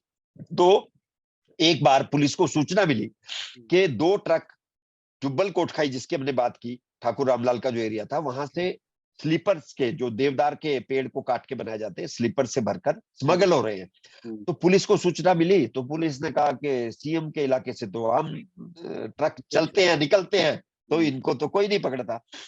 तो थिंड एसपी शिमला थे जिनकी मैं बात कर रहा हूँ, कि जिसके ऊपर पुलिस के और सीबीआई के केसेस थे, अब वो नहीं रहे इस दुनिया में। तो उन्हें सूचना मिली कि, ये वीरभद्र सिंह ने बताया कि उन्हें सूचना मिली कि 2 ट्रक इस तरह से निकले, तो वो एज ए एसपी अपनी जीप लेके खुद नाकई पर चले गए अच्छा। और उन्होंने कहा कि मैं पकड़ूंगा ये ट्रक किसके हैं। तो जैसे ही ट्रक वहां पहुंचे तो उन्होंने देखा रे पुलिस और वो भी एसपी साहब खड़े हैं खुद। तो ट्रक वाला ड्राइवर घबरा गया और उन दोनों ट्रकों ने बैरियर तोड़ा और दौड़ा दिया ट्रक। हाँ, तो एसपी ने गाड़ी पीछे दौड़ाई और वो गाड़ी का पीछा करते रहे, लेकिन ट्रक तेज चले होंगे या जो भी हुआ होगा। थोड़ी देर में उन ट्रक वालों को लगा कि अब बुरी तरह पुलिस पकड़ने वाली है, छूटाने वाला कोई है नहीं, मोबाइल तो थे नहीं जो किसी को कहते। उन्हें और कुछ समझ नहीं आया, वो दोनों ट्रक मुख्यमंत्री के आवास की तरफ मोड़ दिए अच्छा। उन्होंने, और वो सीधे जो ओकओवर जिसकी हम बात कर रहे हैं, उन्होंने वहां पे गेट पे आके पुलिस से कहा कि भैया अंदर जाना है, सीएम साहब के ट्रक हैं। अच्छा। और वो ट्रक लेके दोनों ट्रक अंदर उन्होंने पार्क कर दिया ओकओवर में। उसमें इतना गेट वेट भी इतने पक्के नहीं थे, कि बैरियर टाइप लगते थे थोड़े थोड़े, तो खुल जाते थे फटाफट। पीछे पीछे एसपी साहब पहुंच गए और उन्होंने कहा कि ये ट्रक तो अब पुलिस के जब्त किए जाएंगे और इसमें जो लकड़ी है वो स्मगलिंग की लकड़ी है। तो वो ड्राइवर ट्रक छोड़ के भाग गए मुख्यमंत्री के आवास में। तो थिंद साहब ने, ये वीरभद्र सिंह सुनाते थे कि ये वो एसपी है जिसने मुख्यमंत्री के आवास में जाकर ट्रक जब्त किए। फिर मुख्यमंत्री ने, पब्लिक पोस्चर तो यही रहेगा, ठाकुर रामलाल ने कहा किसके ट्रक है, मेरे ट्रक नहीं है, ये कौन लेके आ गया है मेरे घर पे। तो पर कोई कैसे हिम्मत कर सकता है कि वो ट्रक लेके चला जाए। तो मुख्यमंत्री ने पाला झाड़ा और कहा कि नहीं, इनको अरेस्ट कीजिए जो भी है, और ये ट्रक भी आप कब्जे में लीजिए, एसपी साहब बहुत अच्छा काम किया आपने, आपको बहुत शाबाश है। तो थिंड ने वो ट्रक अंदर किए, दोनों वो किए। तो वीरभद्र सिंह जी कहते हैं कि ये मैं उसमें केंद्र में था, लेकिन मुझे ये बात पता चली कि एक एसपी ने इतनी हिम्मत दिखाई है। उसके बाद ये वाकया में इंदिरा गांधी जी को बताया गया कि आपके मुख्यमंत्री ये काम कर रहे हैं, 2 ट्रक वहां चले गए, अगर ये कहीं बहुत बड़ा इशू बनता तो कांग्रेस की कितनी बदनामी होती। उसी के बाद इंदिरा गांधी जी ने कहा कि नहीं, ठाकुर रामलाल जी को हटाइए, वीरभद्र सिंह जी आप कमान संभालिए। तो जब वो आए तो थिंड उनके ब्लू आइड बॉय बने, वो ऑफिसर जो थे। और बाद में हालांकि वो बहुत बदनाम ऑफिसर रहे, उनके ऊपर बहुत करप्शन के चार्जेस हुए, लेकिन मुख्यमंत्री के तौर पे मैं ये बता रहा हूँ, उन्होंने कभी उनको नहीं छोड़ा। और उन्हें एक ही बात रही कि नहीं, ये आदमी मेरे साथ है। और उसकी वजह से वीरभद्र सिंह जी की खूब बदनामी भी हुई, बहुत अखबारों में छपा, नेशनल मीडिया में छपा कि हिमाचल के डीजीपी के पीछे सीबीआई और उसको मुख्यमंत्री बचा रहे हैं। और ऐसी कंट्रोवर्सी में डीजीपी प्रमोट किया गया था उनको, जब वो डीजीपी बने ये सारे विवाद चल रहे थे। तो कुल मिला के वीरभद्र सिंह एक ऐसे नेता थे, अगर आप हिमाचल की राजनीति की बात करें, जिन्होंने पब्लिक में अपनी एक अलग जगह बनाई थी। उनका झगड़ा पूरी जिंदगी में सिर्फ प्रोफेसर प्रेम कुमार धूमल के साथ रहा, जो कि हिमाचल के मुख्यमंत्री बने 1998 में, जिसकी बड़ी रोचक कहानी है कि जब वो बने तो बनना नहीं चाहते थे, लेकिन नरेंद्र मोदी उसमें हिमाचल के इंचार्ज थे। और शांता कुमार जी नेचुरल चॉइस थे हिमाचल के, क्योंकि उनसे बड़ा कद का कोई नेता हिमाचल भाजपा में नहीं था। आडवाणी और अटल बिहारी वाजपेयी चाहते थे कि शांता कुमार के नेतृत्व में चुनाव लड़ा जाए, क्योंकि उनसे बड़ा नेता लीडर था नहीं। आप देखिए कि अयोध्या में राम मंदिर बनाने का प्रस्ताव पालमपुर में पास हुआ था। अच्छा। शांता कुमार जी के घर पे वो वहां पे मीटिंग रखी गई थी। ये जो अयोध्या में राम मंदिर बनाने का प्रस्ताव जब भाजपा ने पास किया था, प्रण लिया था, वो शांता कुमार जी के समय में पालमपुर में वो हुआ था। तो कितने महत्वपूर्ण रहे होंगे पूरे देश की राजनीति में शांता कुमार, आप समझे। तो उस समय नरेंद्र मोदी जब हिमाचल के इंचार्ज बन के आए, तो उन्होंने शांता कुमार जी के साथ उनकी बनी नहीं, और उसके कई कारण है कि नरेंद्र मोदी नए थे, उनका काम करने का अपना स्टाइल था, टास्क मास्टर थे, उनको लगता था जो काम मैंने एक बार कह दिया वो काम अगली मीटिंग में जब तक उसका टाइम बॉन्ड होना चाहिए, काम उसका रिजल्ट आना चाहिए। तो शांता कुमार जी को उन्होंने एक बार एक मीटिंग में कह दिया था कि आप लिख लीजिए शांता जी, जो जिम्मेदारी आपको दी गई है आप डायरी में लिख लें। तो शांता जी को लगा कि एक कल का लड़का आके मुझे ये सिखा रहा है कि लिखे, तो उन्होंने मीटिंग्स में आना बंद कर दिया मोदी जी की, जब ये भाजपा के प्रभारी बन के आए थे। हिमाचल जी, हिमाचल भाजपा के प्रभारी बनकर आए थे। तो शांता कुमार जी के मीटिंग में ना आने से मोदी जी भी थोड़े आहत हुए। उन्होंने कहा कि अरे ये क्या समझते हैं, कार्यकर्ता की तरह काम करना चाहिए हर नेता को, तो ये नेता बन जाते हैं इसलिए तो पार्टी नुकसान में रहती है। उन्होंने तय किया कि अब शांता कुमार की जगह हम नया नेता देंगे हिमाचल को। और ये अंदर खाते तय हुआ, मोदी जी ने अपने मन में ये बना लिया। फिर उनकी नजर पड़ी धूमल जी पे, तो धूमल जी को उन्होंने कहा कि अरे अगला मुख्यमंत्री आपको बनाएंगे। तो उन्होंने धूमल जी पे काम शुरू किया, और धूमल जी उस समय एमपी थे, हमीरपुर लोकसभा सीट से एमपी थे, और एक बार चुनाव हार चुके थे, एक बार जीत चुके थे, ऐसा कुछ था। तो उन्होंने धूमल जी को कहा कि आप तैयार रहिए हिमाचल का मुख्यमंत्री बनने के लिए। बहुत ही रुचिकर स्थिति है। 1997 में, जो मैंने कहा वीरभद्र सिंह जी 93 में मुख्यमंत्री बने थे, जबरदस्ती बने थे, जो मैंने बताया आपको, सुखराम जी के लोगों को, बेअंत सिंह जी वाले ग्रुप को हरा के मुख्यमंत्री बने थे। 4 साल के बाद वीरभद्र सिंह को लगा कि 5 साल अगर चुनाव में हमने लगाए, 5 साल नियत अवधि में चुनाव हुए, तो 2 कारण से उनको लगता था कि एक तो कांग्रेस हाईकमान फिर से उन्हें कहेगी कि अब इस बार आप मुख्यमंत्री नहीं बनेंगे। दूसरा ये था कि भाजपा डिवाइडेड हाउस था उसमें, भाजपा, हिमाचल भाजपा बहुत बुरी हालत में थी। शांता कुमार जी को मोदी जी ने पीछे कर दिया था। धूमल जी का राजनीतिक कद बहुत बड़ा नहीं था, वो एक चेहरा नहीं थे, उनको लोग जानते नहीं थे, प्रदेश के लोग पहचानते नहीं थे, क्योंकि वो सांसद ही रहे, वो भी एक हमीरपुर से रहे। तो प्रदेश अध्यक्ष जरूर थे हिमाचल के, लेकिन लोगों में पहचान नहीं थी, रुतबा नहीं था। तो मोदी जी उनको आगे ले आए, और उन्होंने कहा कि धूमल जी अब आपको मुख्यमंत्री बनाएंगे, आपको जब भी आप आएंगे। तो वीरभद्र सिंह जी को लगा कि ऐसी हालत में चुनाव करा दिए जाए तो हम फिर से 5 साल के लिए सत्ता में आ जाएंगे, और हाईकमान का भी टंटा खत्म है, क्योंकि जब मैं मध्यावधि चुनाव में जाऊंगा तो मैं ही लीडर हूँ। हाँ, मैं लीडर हूँ। तो ये सोच के वीरभद्र सिंह जी ने 1998 वाला जो चुनाव हुआ था विधानसभा का, उन्होंने 4 साल में विधानसभा भंग कर दी। और उन्होंने घोषणा की कि हम 1 साल पहले चुनाव करवा रहे हैं। अब क्या हुआ कि बीजेपी तैयार नहीं थी, क्योंकि बीजेपी तो 1 साल, उनके मोदी जी को लगता था, नरेंद्र मोदी को, कि अभी 1 साल बचा है तो संगठन को मजबूत कर लेंगे। और मोदी जी को देख के वीरभद्र सिंह जी को भी लगता था कि ये कर लेंगे, तो इनको 1 साल तो मिलना नहीं चाहिए। तो उन्होंने क्या किया, अचानक चुनाव की घोषणा हो गई, और उन्होंने कहा कि अब तो चुनाव में आए, भाजपा आए। और भाजपा की हालत ये थी कि ना कोई लीडर था, शांता कुमार एक लीडर थे, लेकिन दरकिनार थे। तो मोदी जी बुरी तरह से उनको मानते नहीं थे। ऐसी हालत में चुनाव की घोषणा हो गई, तो जाहिर तौर पे शांता कुमार जी को दिल्ली से कहा गया कि चुनाव की घोषणा हुई है, और मोदी जी भी बड़े नेता नहीं थे, उनके अभी इतना कद नहीं था कि वो एकदम से कह दे कि शांता जी को हटा के धूमल जी को मैं मुख्यमंत्री बनाऊंगा, ये उनके बस में भी नहीं था उस समय। तो आडवाणी जी और वाजपेयी जी जो थे, इन्होंने शांता कुमार जी को कहा कि शांता जी, अचानक वीरभद्र सिंह जी ने ये क्या कर दिया, एकदम से विधानसभा बंद कर दी, और उनको लगता है हम लोग हार जाएंगे और हमारी तैयारी नहीं है, तो आप संभालिए कमान प्रदेश की। शांता कुमार भी नेता थे, राजनेता थे, उनको लगा रहे हार जाएंगे, ये तो पक्का वीरभद्र सिंह जैसा आदमी गच्चा नहीं खा सकता। वर्क किया तो हाँ, पूरा अगर उसने 1 साल पहले चुनाव कराए हैं तो पक्का वो जीत रहा है। तो शांता कुमार जी ने हाथ जोड़ दिए, उन्होंने कहा मोदी जी चला रहे हैं प्रदेश को, मोदी जी चलाए, और मुझे केंद्र की राजनीति में लाया गया है, मैं केंद्र की राजनीति करूंगा, प्रदेश की राजनीति में मेरी इच्छा नहीं है। अब उनके पास कोई नेता नहीं हिमाचल में, क्योंकि कद शांता कुमार का था, जो 2 बार मुख्यमंत्री रह चुके थे। 2 बार उनसे कहा गया कि शांता जी, आपके बिना हिमाचल बीजेपी कैसे आगे वीरभद्र सिंह का मुकाबला करेगी, आपके बिना तो कोई कर नहीं सकता। तो शांता जी ने फिर कहा कि नहीं, मैं तो केंद्र की राजनीति करूंगा, आप जो मर्जी, जब मोदी जी चला रहे चलाएं बीजेपी को, हिमाचल बीजेपी ये जानते हैं चलाना, ये चला लेंगे। तो शांता कुमार जी ने बिल्कुल तय कर दिया कि वो हिमाचल की राजनीति तो उस चुनाव में करेंगे ही नहीं, क्योंकि वो अंदर से मानते थे कि वीरभद्र सिंह रिपीट हो रहे हैं और वीरभद्र सिंह की सरकार सत्ता में आएगी। ऐसी हालत में बीजेपी ने चुनाव तो, क्योंकि घोषित हो चुके थे, चुनाव का कार्यक्रम आ गया, चुनाव टिकट आवंटन शुरू हो गया, तो भाजपा तय नहीं कर पाई कि शांता की जगह कौन। तो भाजपा ने मोदी जी की बात को नहीं माना, उन्होंने कहा कि धूमल जी को बना दीजिए भाजपा का नेता। तो दिल्ली से, जैसा आमतौर पे रहता है, इतनी जल्दी नहीं हुआ, शांता जी भी विरोध कर रहे होंगे अंदर खाते कि धूमल जी को मत बनाए। तो क्या हुआ कि वो चुनाव की घोषणा हो गई, चुनाव में टिकट बंट गए, चुनाव में प्रचार शुरू हो गया बीजेपी का, लेकिन नेता घोषित नहीं हुआ। उसी दौरान कांग्रेस ने, वीरभद्र सिंह ने एक बहुत बड़ी गलती की, मुझे लगता है राजनीतिक तौर पे, कि उन्होंने एक मुद्दा बनाया, रहे बीजेपी के साथ क्या लड़ाई है, हम तो जीत के आ रहे हैं, बिन दूल्हे की बारात है, ये इनके पास दूल्हा ही नहीं है, और दूल्हा तो घोषित नहीं हो रहा है इनका। शांता कुमार जी ने कह दिया मैं दिल्ली जाऊंगा, तो ये तो पता है इनको हम जीत रहे हैं, उनको लगा हम निश्चित तौर पे जीत रहे हैं, और हवा ऐसी थी प्रदेश में। इसके अलावा एक और बड़ा अच्छा वाकया हुआ, शांता कुमार जी के, वीरभद्र सिंह जी के एक बहुत क्लोज करीबी ऑफिसर रहे हैं, जो डायरेक्टर आर्ट एंड लैंग्वेज भी रहे, अच्छा। भाषा संस्कृति विभाग के निदेशक रहे, वो बहुत अच्छे ज्योतिषी माने जाते हैं, आज भी वो हैं।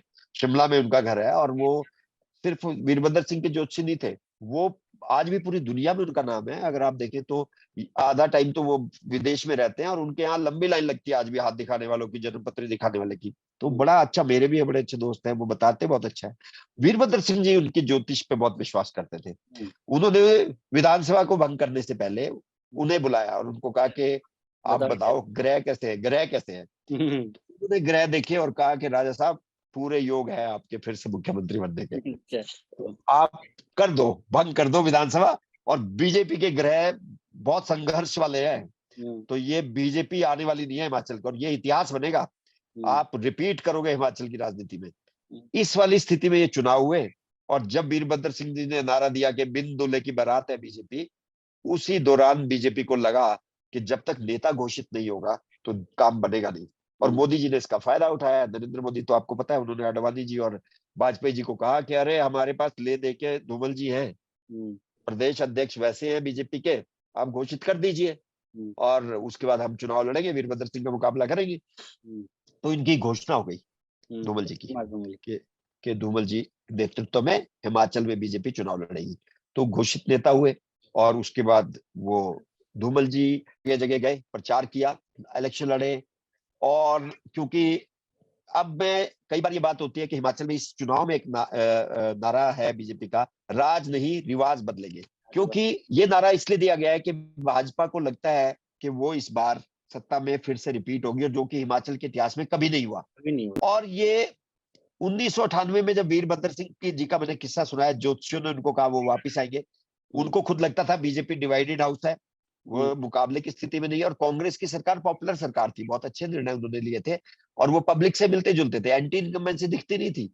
तब भी वीरभद्र सिंह वापिस नहीं आ पाए थे। उसकी बड़ी रुचिकर स्टोरी है, आप देखें कि उसमें क्या अंकगणित रहा। हिमाचल में 68 विधानसभा की सीट्स है, 68 में से 65 के चुनाव हुए थे, क्योंकि सर्दियों में चुनाव जब यहाँ होते हैं तो 65 के इसलिए हुए थे क्योंकि 3 विधानसभा सीटें बड़े जनजातीय क्षेत्र की पहाड़ों में स्थित है, और दुर्गम स्थानों वाली है, जहां पे बर्फबारी हो जाती है। तो बर्फबारी में चुनाव आयोग पहले कुछ सालों तक एक चरण में हिमाचल के चुनाव नहीं करवाता था, अगर सर्दियों में हो रहे हैं तो वो 3 सीट के चुनाव मई जून में करवाता था, और 65 सीट के चुनाव एक साथ करवाता था। तो उस समय भी यही हुआ, वीरभद्र सिंह जी ने घोषणा कर दी चुनाव की, वो दिसंबर में या नवंबर में कुछ ऐसा चुनाव हुए। तो जब चुनाव हुए तो 3 सीट तो ट्राइबल की थी, जहां पे बर्फबारी हो रही थी, तो वो 3 सीट रुक गई, तो 65 सीट के चुनाव हुए। 68 सीट में 35 का बहुमत आपको जरूरत है सरकार बनाने के लिए, और जब 65 के चुनाव हुए तो 33 की जरूरत थी, 33 सीट्स आपको जरूरत थी बहुमत के लिए। इस स्थिति में धूमल जी के नेतृत्व में चुनाव हुए, मोदी जी उनके इंचार्ज थे, शांता कुमार जी बाहर थे, बीजेपी डिवाइडेड हाउस था, उसके बावजूद बीजेपी 29 सीट जीत गई। अच्छा। और इस चुनाव में एक और ये बात थी कि सुखराम, जिनको कि पहले जबरदस्ती मुख्यमंत्री बनाना चाहती थी, जो हमने जिक्र किया, नरसिम्हा राव की सरकार में बेअंत सिंह जी ने घोषित किया, बंद कमरे में कुंडी लगा के कागज फाड़े गए और उनको घोषित हो गए वीरभद्र सिंह। वो सुखराम क्या हुआ, वो भी एक बहुत बड़ा रहस्य है हिमाचल की राजनीति में, कि अचानक सुखराम जी के घर पर सीबीआई के छापे पड़े। अच्छा। सीबीआई के छापे पड़े, उनके घर से कैश बरामद हुआ, वो केंद्र में संचार मंत्री रह चुके थे, और उनके घर से छापे में 3-4 करोड़ रुपए कैश मिला, सीबीआई ने उनको अरेस्ट किया। अब ये रेड किसने करवाई आज तक मिस्ट्री है। लोग इसमें वीरभद्र सिंह जी का नाम भी लेते हैं, जो कई अंदाजा लगाते हैं कि ये बदला उतारा गया और उनके घर पे उनको पता था कैश है, तो वहां पे वो कैश मिला, और वो विदेश में थे सुखराम जी उस समय। तो सुखराम जी को अरेस्ट करने के लिए सीबीआई ढूंढ रही थी, और सुखराम जी के बेटे अनिल शर्मा वीरभद्र कैबिनेट में मिनिस्टर थे। अच्छा। जो अनिल शर्मा मंडी से अभी भाजपा के टिकट पे चुनाव लड़ रहे हैं, वही।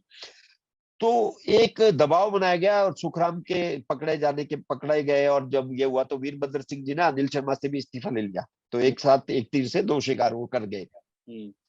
पर सुखराम उसके बाद केस उनके ऊपर चलते रहे, लेकिन राजनीतिक ताकत वो भी थे, कांग्रेस से उनको निकाल दिया गया क्योंकि फंस गए सीबीआई के फेर में। तो उन्होंने हिमाचल विकास कांग्रेस के नाम से एक नई पार्टी बनाई, और 68 सभी सीटों पे अपने प्रत्याशी खड़े कर दिए 1998 के चुनाव में। तो कहा गया कि कांग्रेस को ये नुकसान पहुंचाएंगे और नई ताकत है सुखराम।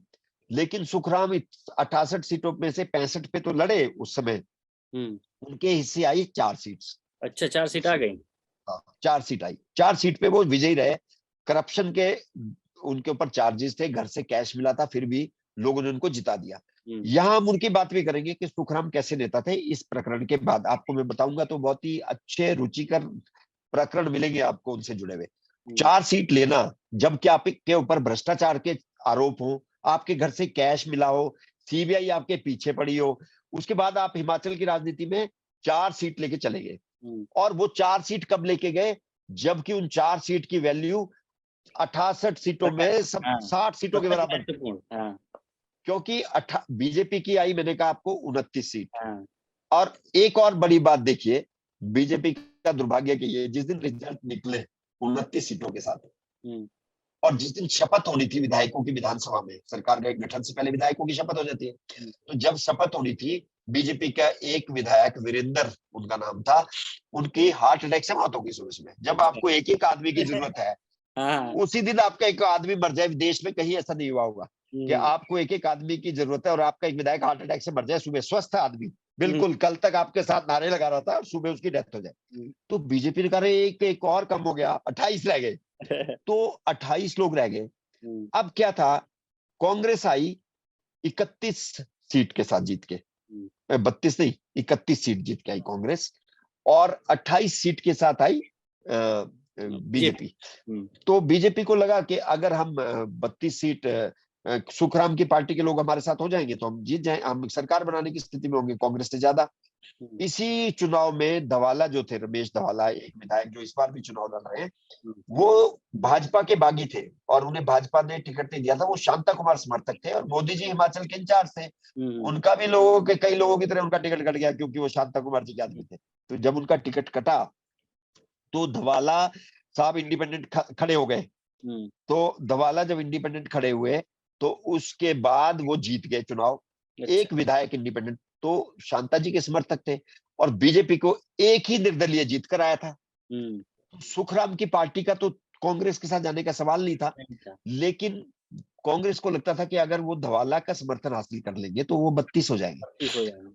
और 32 के बाद, उसके बाद वो जब आंकड़ा उनके पक्ष में हो जाएगा और बीजेपी उनके बराबर आ नहीं पाएगी, वो तो 28 सीट वाली पार्टी है। तो धवाला को कांग्रेस ने कब्जा लिया, और वो जब शिमला की तरफ चले, उन्होंने पहले कंडीशन रखी कि अगर बीजेपी और सुखराम की पार्टी धूमल जी की जगह शांता कुमार को मुख्यमंत्री बना दे तो मैं अपना समर्थन बीजेपी को दे दूंगा। तो मोदी जी ने कहा, अरे इतना मेहनत तो इसीलिए की आज तक कि शांता कुमार मुख्यमंत्री ना बने, ये एक आदमी बनवा के रहेगा। तो वो विवाद चला, और उसके बाद उस व्यक्ति को वीरभद्र, इसी दौरान जब ये कश्मकश बीजेपी की चल रही थी, वो जोर लगा रहे थे कि आप कर दिए घोषित शांता कुमार जी को, धूमल जी को पीछे कीजिए, मैं समर्थन देता हूँ, आपकी सरकार कल बच जाएगी। इस दौरान वो चले शिमला अपने कॉन्स्टिट्यूएंसी से, रमेश धवाला, और रास्ते में उनपे अटैक हुआ। कांग्रेस के लोगों ने उन्हें पकड़ लिया, पकड़ के उनको उठाया, उनकी गाड़ी को उठाया, उनकी गाड़ी पे भी अटैक हो गया। गाड़ी में जद्दोजहद में टूट गई, शीशे टूट गए, कुछ हुआ, और उनको उठा के मुख्यमंत्री वीरभद्र सिंह जी के घर पे बिठा दिया लाके, और उनको कहा कि भैया आपके समर्थन की जरूरत हमें है, उनको नहीं है। उन्होंने तो आपका टिकट काट दिया था, तो आप उस पार्टी को मत दो, आप कांग्रेस का साथ दो, आप कांग्रेस में रहोगे। रमा देवी हिमाचल की गवर्नर थी, वो भी कांग्रेस की गवर्नर थी, कांग्रेस ही थी। तो उनको पेश किया गया और उन्होंने कहा बहुमत आपके साथ है तो आप सरकार बनाइए। तो वीरभद्र सिंह फिर से मुख्यमंत्री बन गए और उन्होंने शपथ ले ली धवाला जी के साथ, वो एक इंडिपेंडेंट के साथ, और उन्होंने कहा कि हम, और उनके ये खतरा जरूर था कि धवाला जी कभी भी वापस जा सकते हैं, समर्थन वापस ले लिया तो सरकार गिर जाएगी, बीजेपी के साथ जाए ना जाए। तो आप हैरान होंगे, ये भी देश के इतिहास में पहली बार हुआ होगा कि धवाला जी को कैबिनेट रैंक दिया गया, सिंचाई एवं जन स्वास्थ्य मंत्री, irrigation and public health minister बनाया गया, और जो मंत्रियों के घर आवंटित होते हैं, मंत्री मिनिस्टर्स हाउस, उसकी जगह उनको मुख्यमंत्री आवास आवंटित किया गया। उसका कारण ये था कि मुख्यमंत्री आवास में सुरक्षा जरा चाक चौबंद रहती है, तो भाग ना जाए धवाला जी, उनकी सुरक्षा ये थी कि उनपे पहरा रहे। तो उनके ऊपर पहरा रखने के लिए जो ओक ओवर जिसका में वीरभद्र सिंह रहते तो नहीं थे, वो तो अपने घर में रहते थे, तो वो ठीक है। खाली पड़ा रहता था वहां, तो वो सिर्फ दरबार लगाते थे। तो उसमें धवाला जी को आवंटित किया गया, कहा आप यहाँ रहिए मंत्री जी, आपको कोई खतरा नहीं है और आपको हम ये देते हैं। तो धवाला जी को वहां रखा गया। और 2 गेट हैं ओक ओवर के, दोनों गेट बंद रखे जाते थे और दोनों पे पुलिस रहती थी।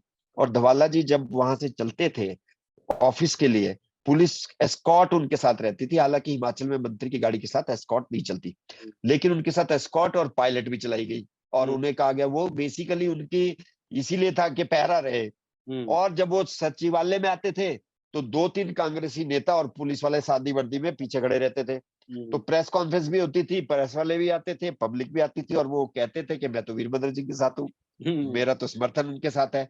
एक एफिडेविट उन्होंने बना के दिया स्टाम्प पेपर पे, उस पे लिख के दिया कि मैं वीरभद्र सिंह जी के साथ हूँ, मन से उनका समर्थन करता हूँ, मेरे ऊपर कोई दबाव नहीं है, मैं अपनी मर्जी से इनका साथ दे रहा हूँ। बीजेपी ने मेरा टिकट काट दिया था, इसलिए मैं बीजेपी के साथ नहीं जा रहा हूँ। उनके चेहरे पे एक प्रेशर झलकता था, लेकिन वो मुंह से कभी नहीं बोले। और इस तरह की स्थिति 2-4 दिन चली और सरकार वीरभद्र सिंह की चल पड़ी। तो मोदी जी हिमाचल के इंचार्ज थे, नरेंद्र मोदी, जगत प्रकाश नड्डा जो अभी भाजपा अध्यक्ष है, वो बीजेपी से बिलासपुर से जीत के आए थे। धूमल जी उसमें सीएम नहीं बने थे।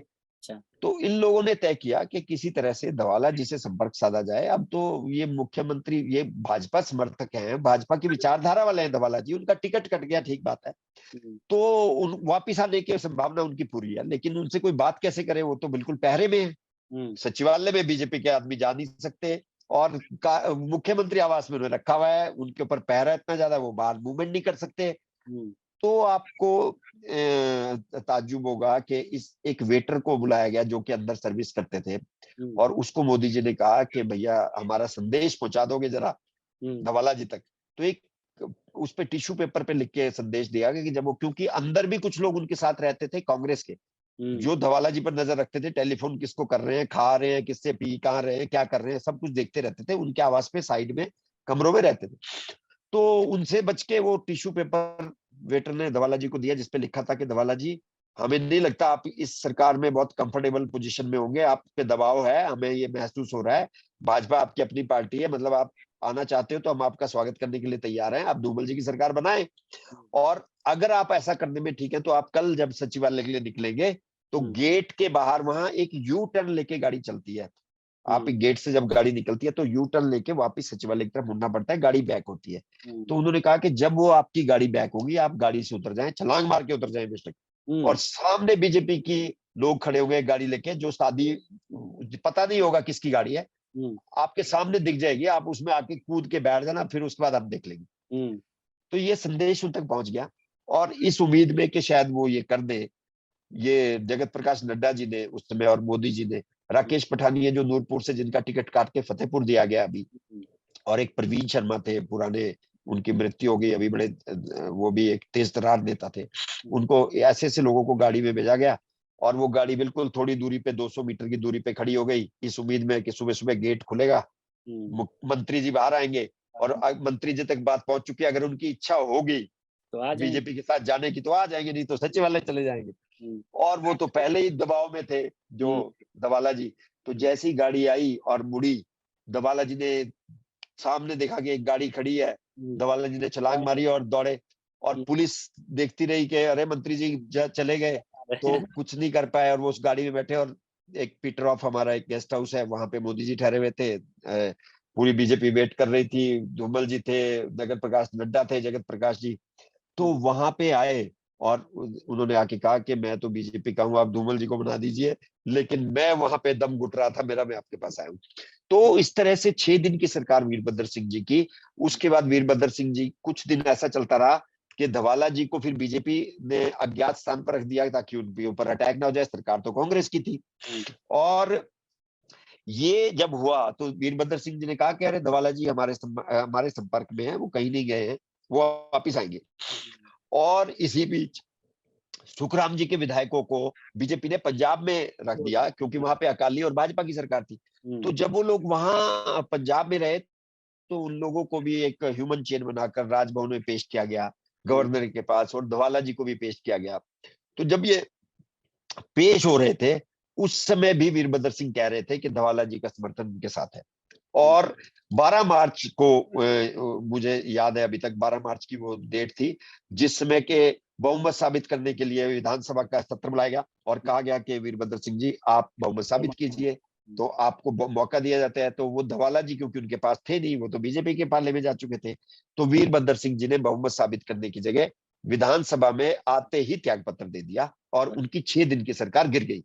तो इसमें कहा गया जो ज्योतिषी थे उन्हें ये कहने का मौका जरूर मिल गया कि सर सरकार तो बन गई थी, अब मैंने ये तो नहीं कहा था कि वो 6 दिन चलेगी या 5 साल चलेगी। तो एक तरह से ज्योतिष ठीक भी हुआ, गलत भी हुआ। और दूसरी तरफ फिर धूमल जी की सरकार बन गई जो पूरे 5 साल चली। 3 सीट के चुनाव हुए जून में और ये उम्मीद में नहीं बीजेपी की सरकार, कांग्रेस की सरकार के 3 में से अगर उनके पास आ गई तो बहुमत पलट जाएगा, पलड़ा इधर भारी हो जाएगा। लेकिन क्योंकि सरकार बीजेपी की बन चुकी थी तो फिर से वो उस तरह से उधर ही चली गई। तो धूमल जी की अगर आप बात करें तो वो भी एक सरल मुख्यमंत्री थे, बहुत ही सरल मुख्यमंत्री थे और एक किसान परिवार से निकल कर आए हुए मुख्यमंत्री थे। एक किस्सा वो कई बार सुनाते हैं कि मैं अपने गांव में जलंधर से बस में जाया करता था और वो बस एक जगह चढ़ाई पर रुक जाती थी क्योंकि पुरानी बसें थी और चढ़ाई ज्यादा थी। तो फिर वो ड्राइवर कहता था कि बोझ थोड़ा ज्यादा है, सवारियां उतर जाएं, और आगे जाके फिर चढ़ा लेता था। तो एक बार कहते मैं उससे ड्राइवर से भिड़ गया। वो धूमल जी बताते हैं कि मैं भिड़ गया। मैंने ड्राइवर से कहा कि यार बोझ जो है सवारियों का नहीं है, बोझ इसलिए है कि तुमने सब्जी ज्यादा लाद दी है पैसे लेके, और तुम सब्जी वालों से पैसे लेते हो, सब्जियां छत पे लाद लेते हो, उससे बोझ बढ़ता है, और तुम सवारियों को उतार देते हो तो मैं नहीं उतरूंगा। तो ड्राइवर ने कहा कि अच्छा पढ़े लिखे लगते हो, बड़े प्रोफेसर हो वहां पे जलंधर में, पर तुम्हें मैं एक बात बता दूं, ये बस की दिक्कत नहीं है, सब्जियां नहीं है, ये सड़क की दिक्कत है। इसका ग्रेडिंग ठीक नहीं है सड़क का। और ये ग्रेडिंग क्यों ठीक नहीं है? क्योंकि आपके नेता ठीक नहीं है। अगर नेता करप्ट नहीं होंगे सड़कें ठीक बनेगी, ग्रेडिंग ठीक आएगा। ये ठेकेदार ने बना रखी है और पैसे खा के बना रखी है। तो पहले नेता अच्छे लाओ, फिर ठेकेदार अच्छे आएंगे, सड़कें अच्छी बनेगी, फिर बस नहीं रुकेगी। ये बस इसलिए नहीं रुकी कि मैंने सब्जी लाद रखी है। तो धूमल जी कहते हैं कि ये बात मेरे मन में आई कि ये बात ठीक है इसकी, ये बस पे सब्जियां थी या सवारी थी हमें उतरने की, लेकिन सड़क में तो ठीक नहीं है। तो ये सड़क क्यों ठीक नहीं है? तो नेता ठीक नहीं है। तो राजनीति में आके ही इस व्यवस्था को ठीक किया जा सकता है। तो ये किस्सा जब वो मुख्यमंत्री बन गए तब वो अक्सर सुनाया करते थे कि मुझे एक ड्राइवर की सीख कभी नहीं भूलती जिसने कहा था कि नेता ठीक लाओगे तो सब कुछ ठीक हो जाएगा।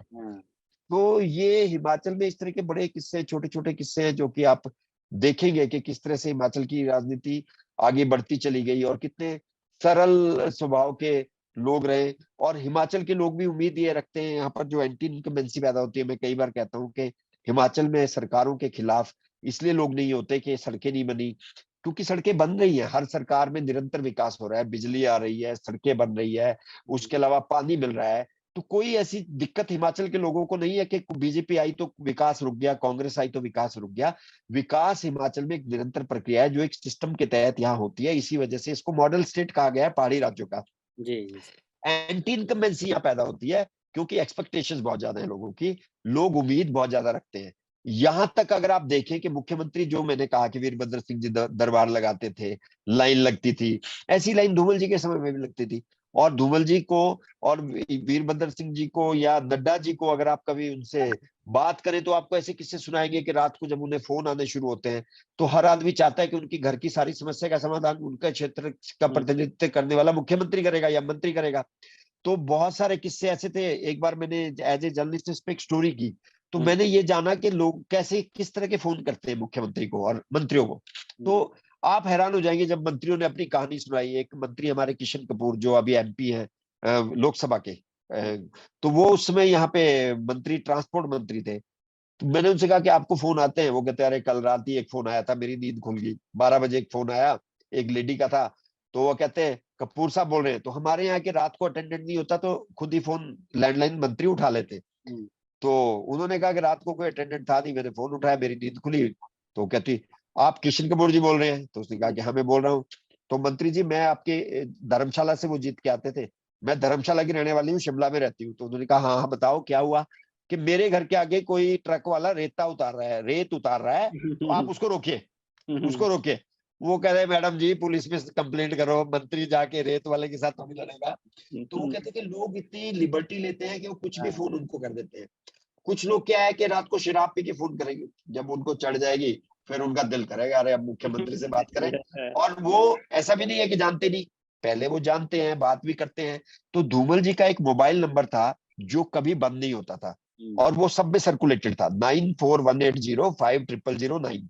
ये नंबर इतना मशहूर था प्रदेश में कि इसको अनअटेंडेड नहीं होता था। और उन्होंने ये इंश्योर किया कि जब ये सत्ता में नहीं थे तब भी वो सुनते थे, बाद में वो रोज नहीं सुन पाते थे, लेकिन बंद नहीं होता था ये फोन। तो कोई ना कोई व्यक्ति इसको उठाता था उनके ऑफिस का।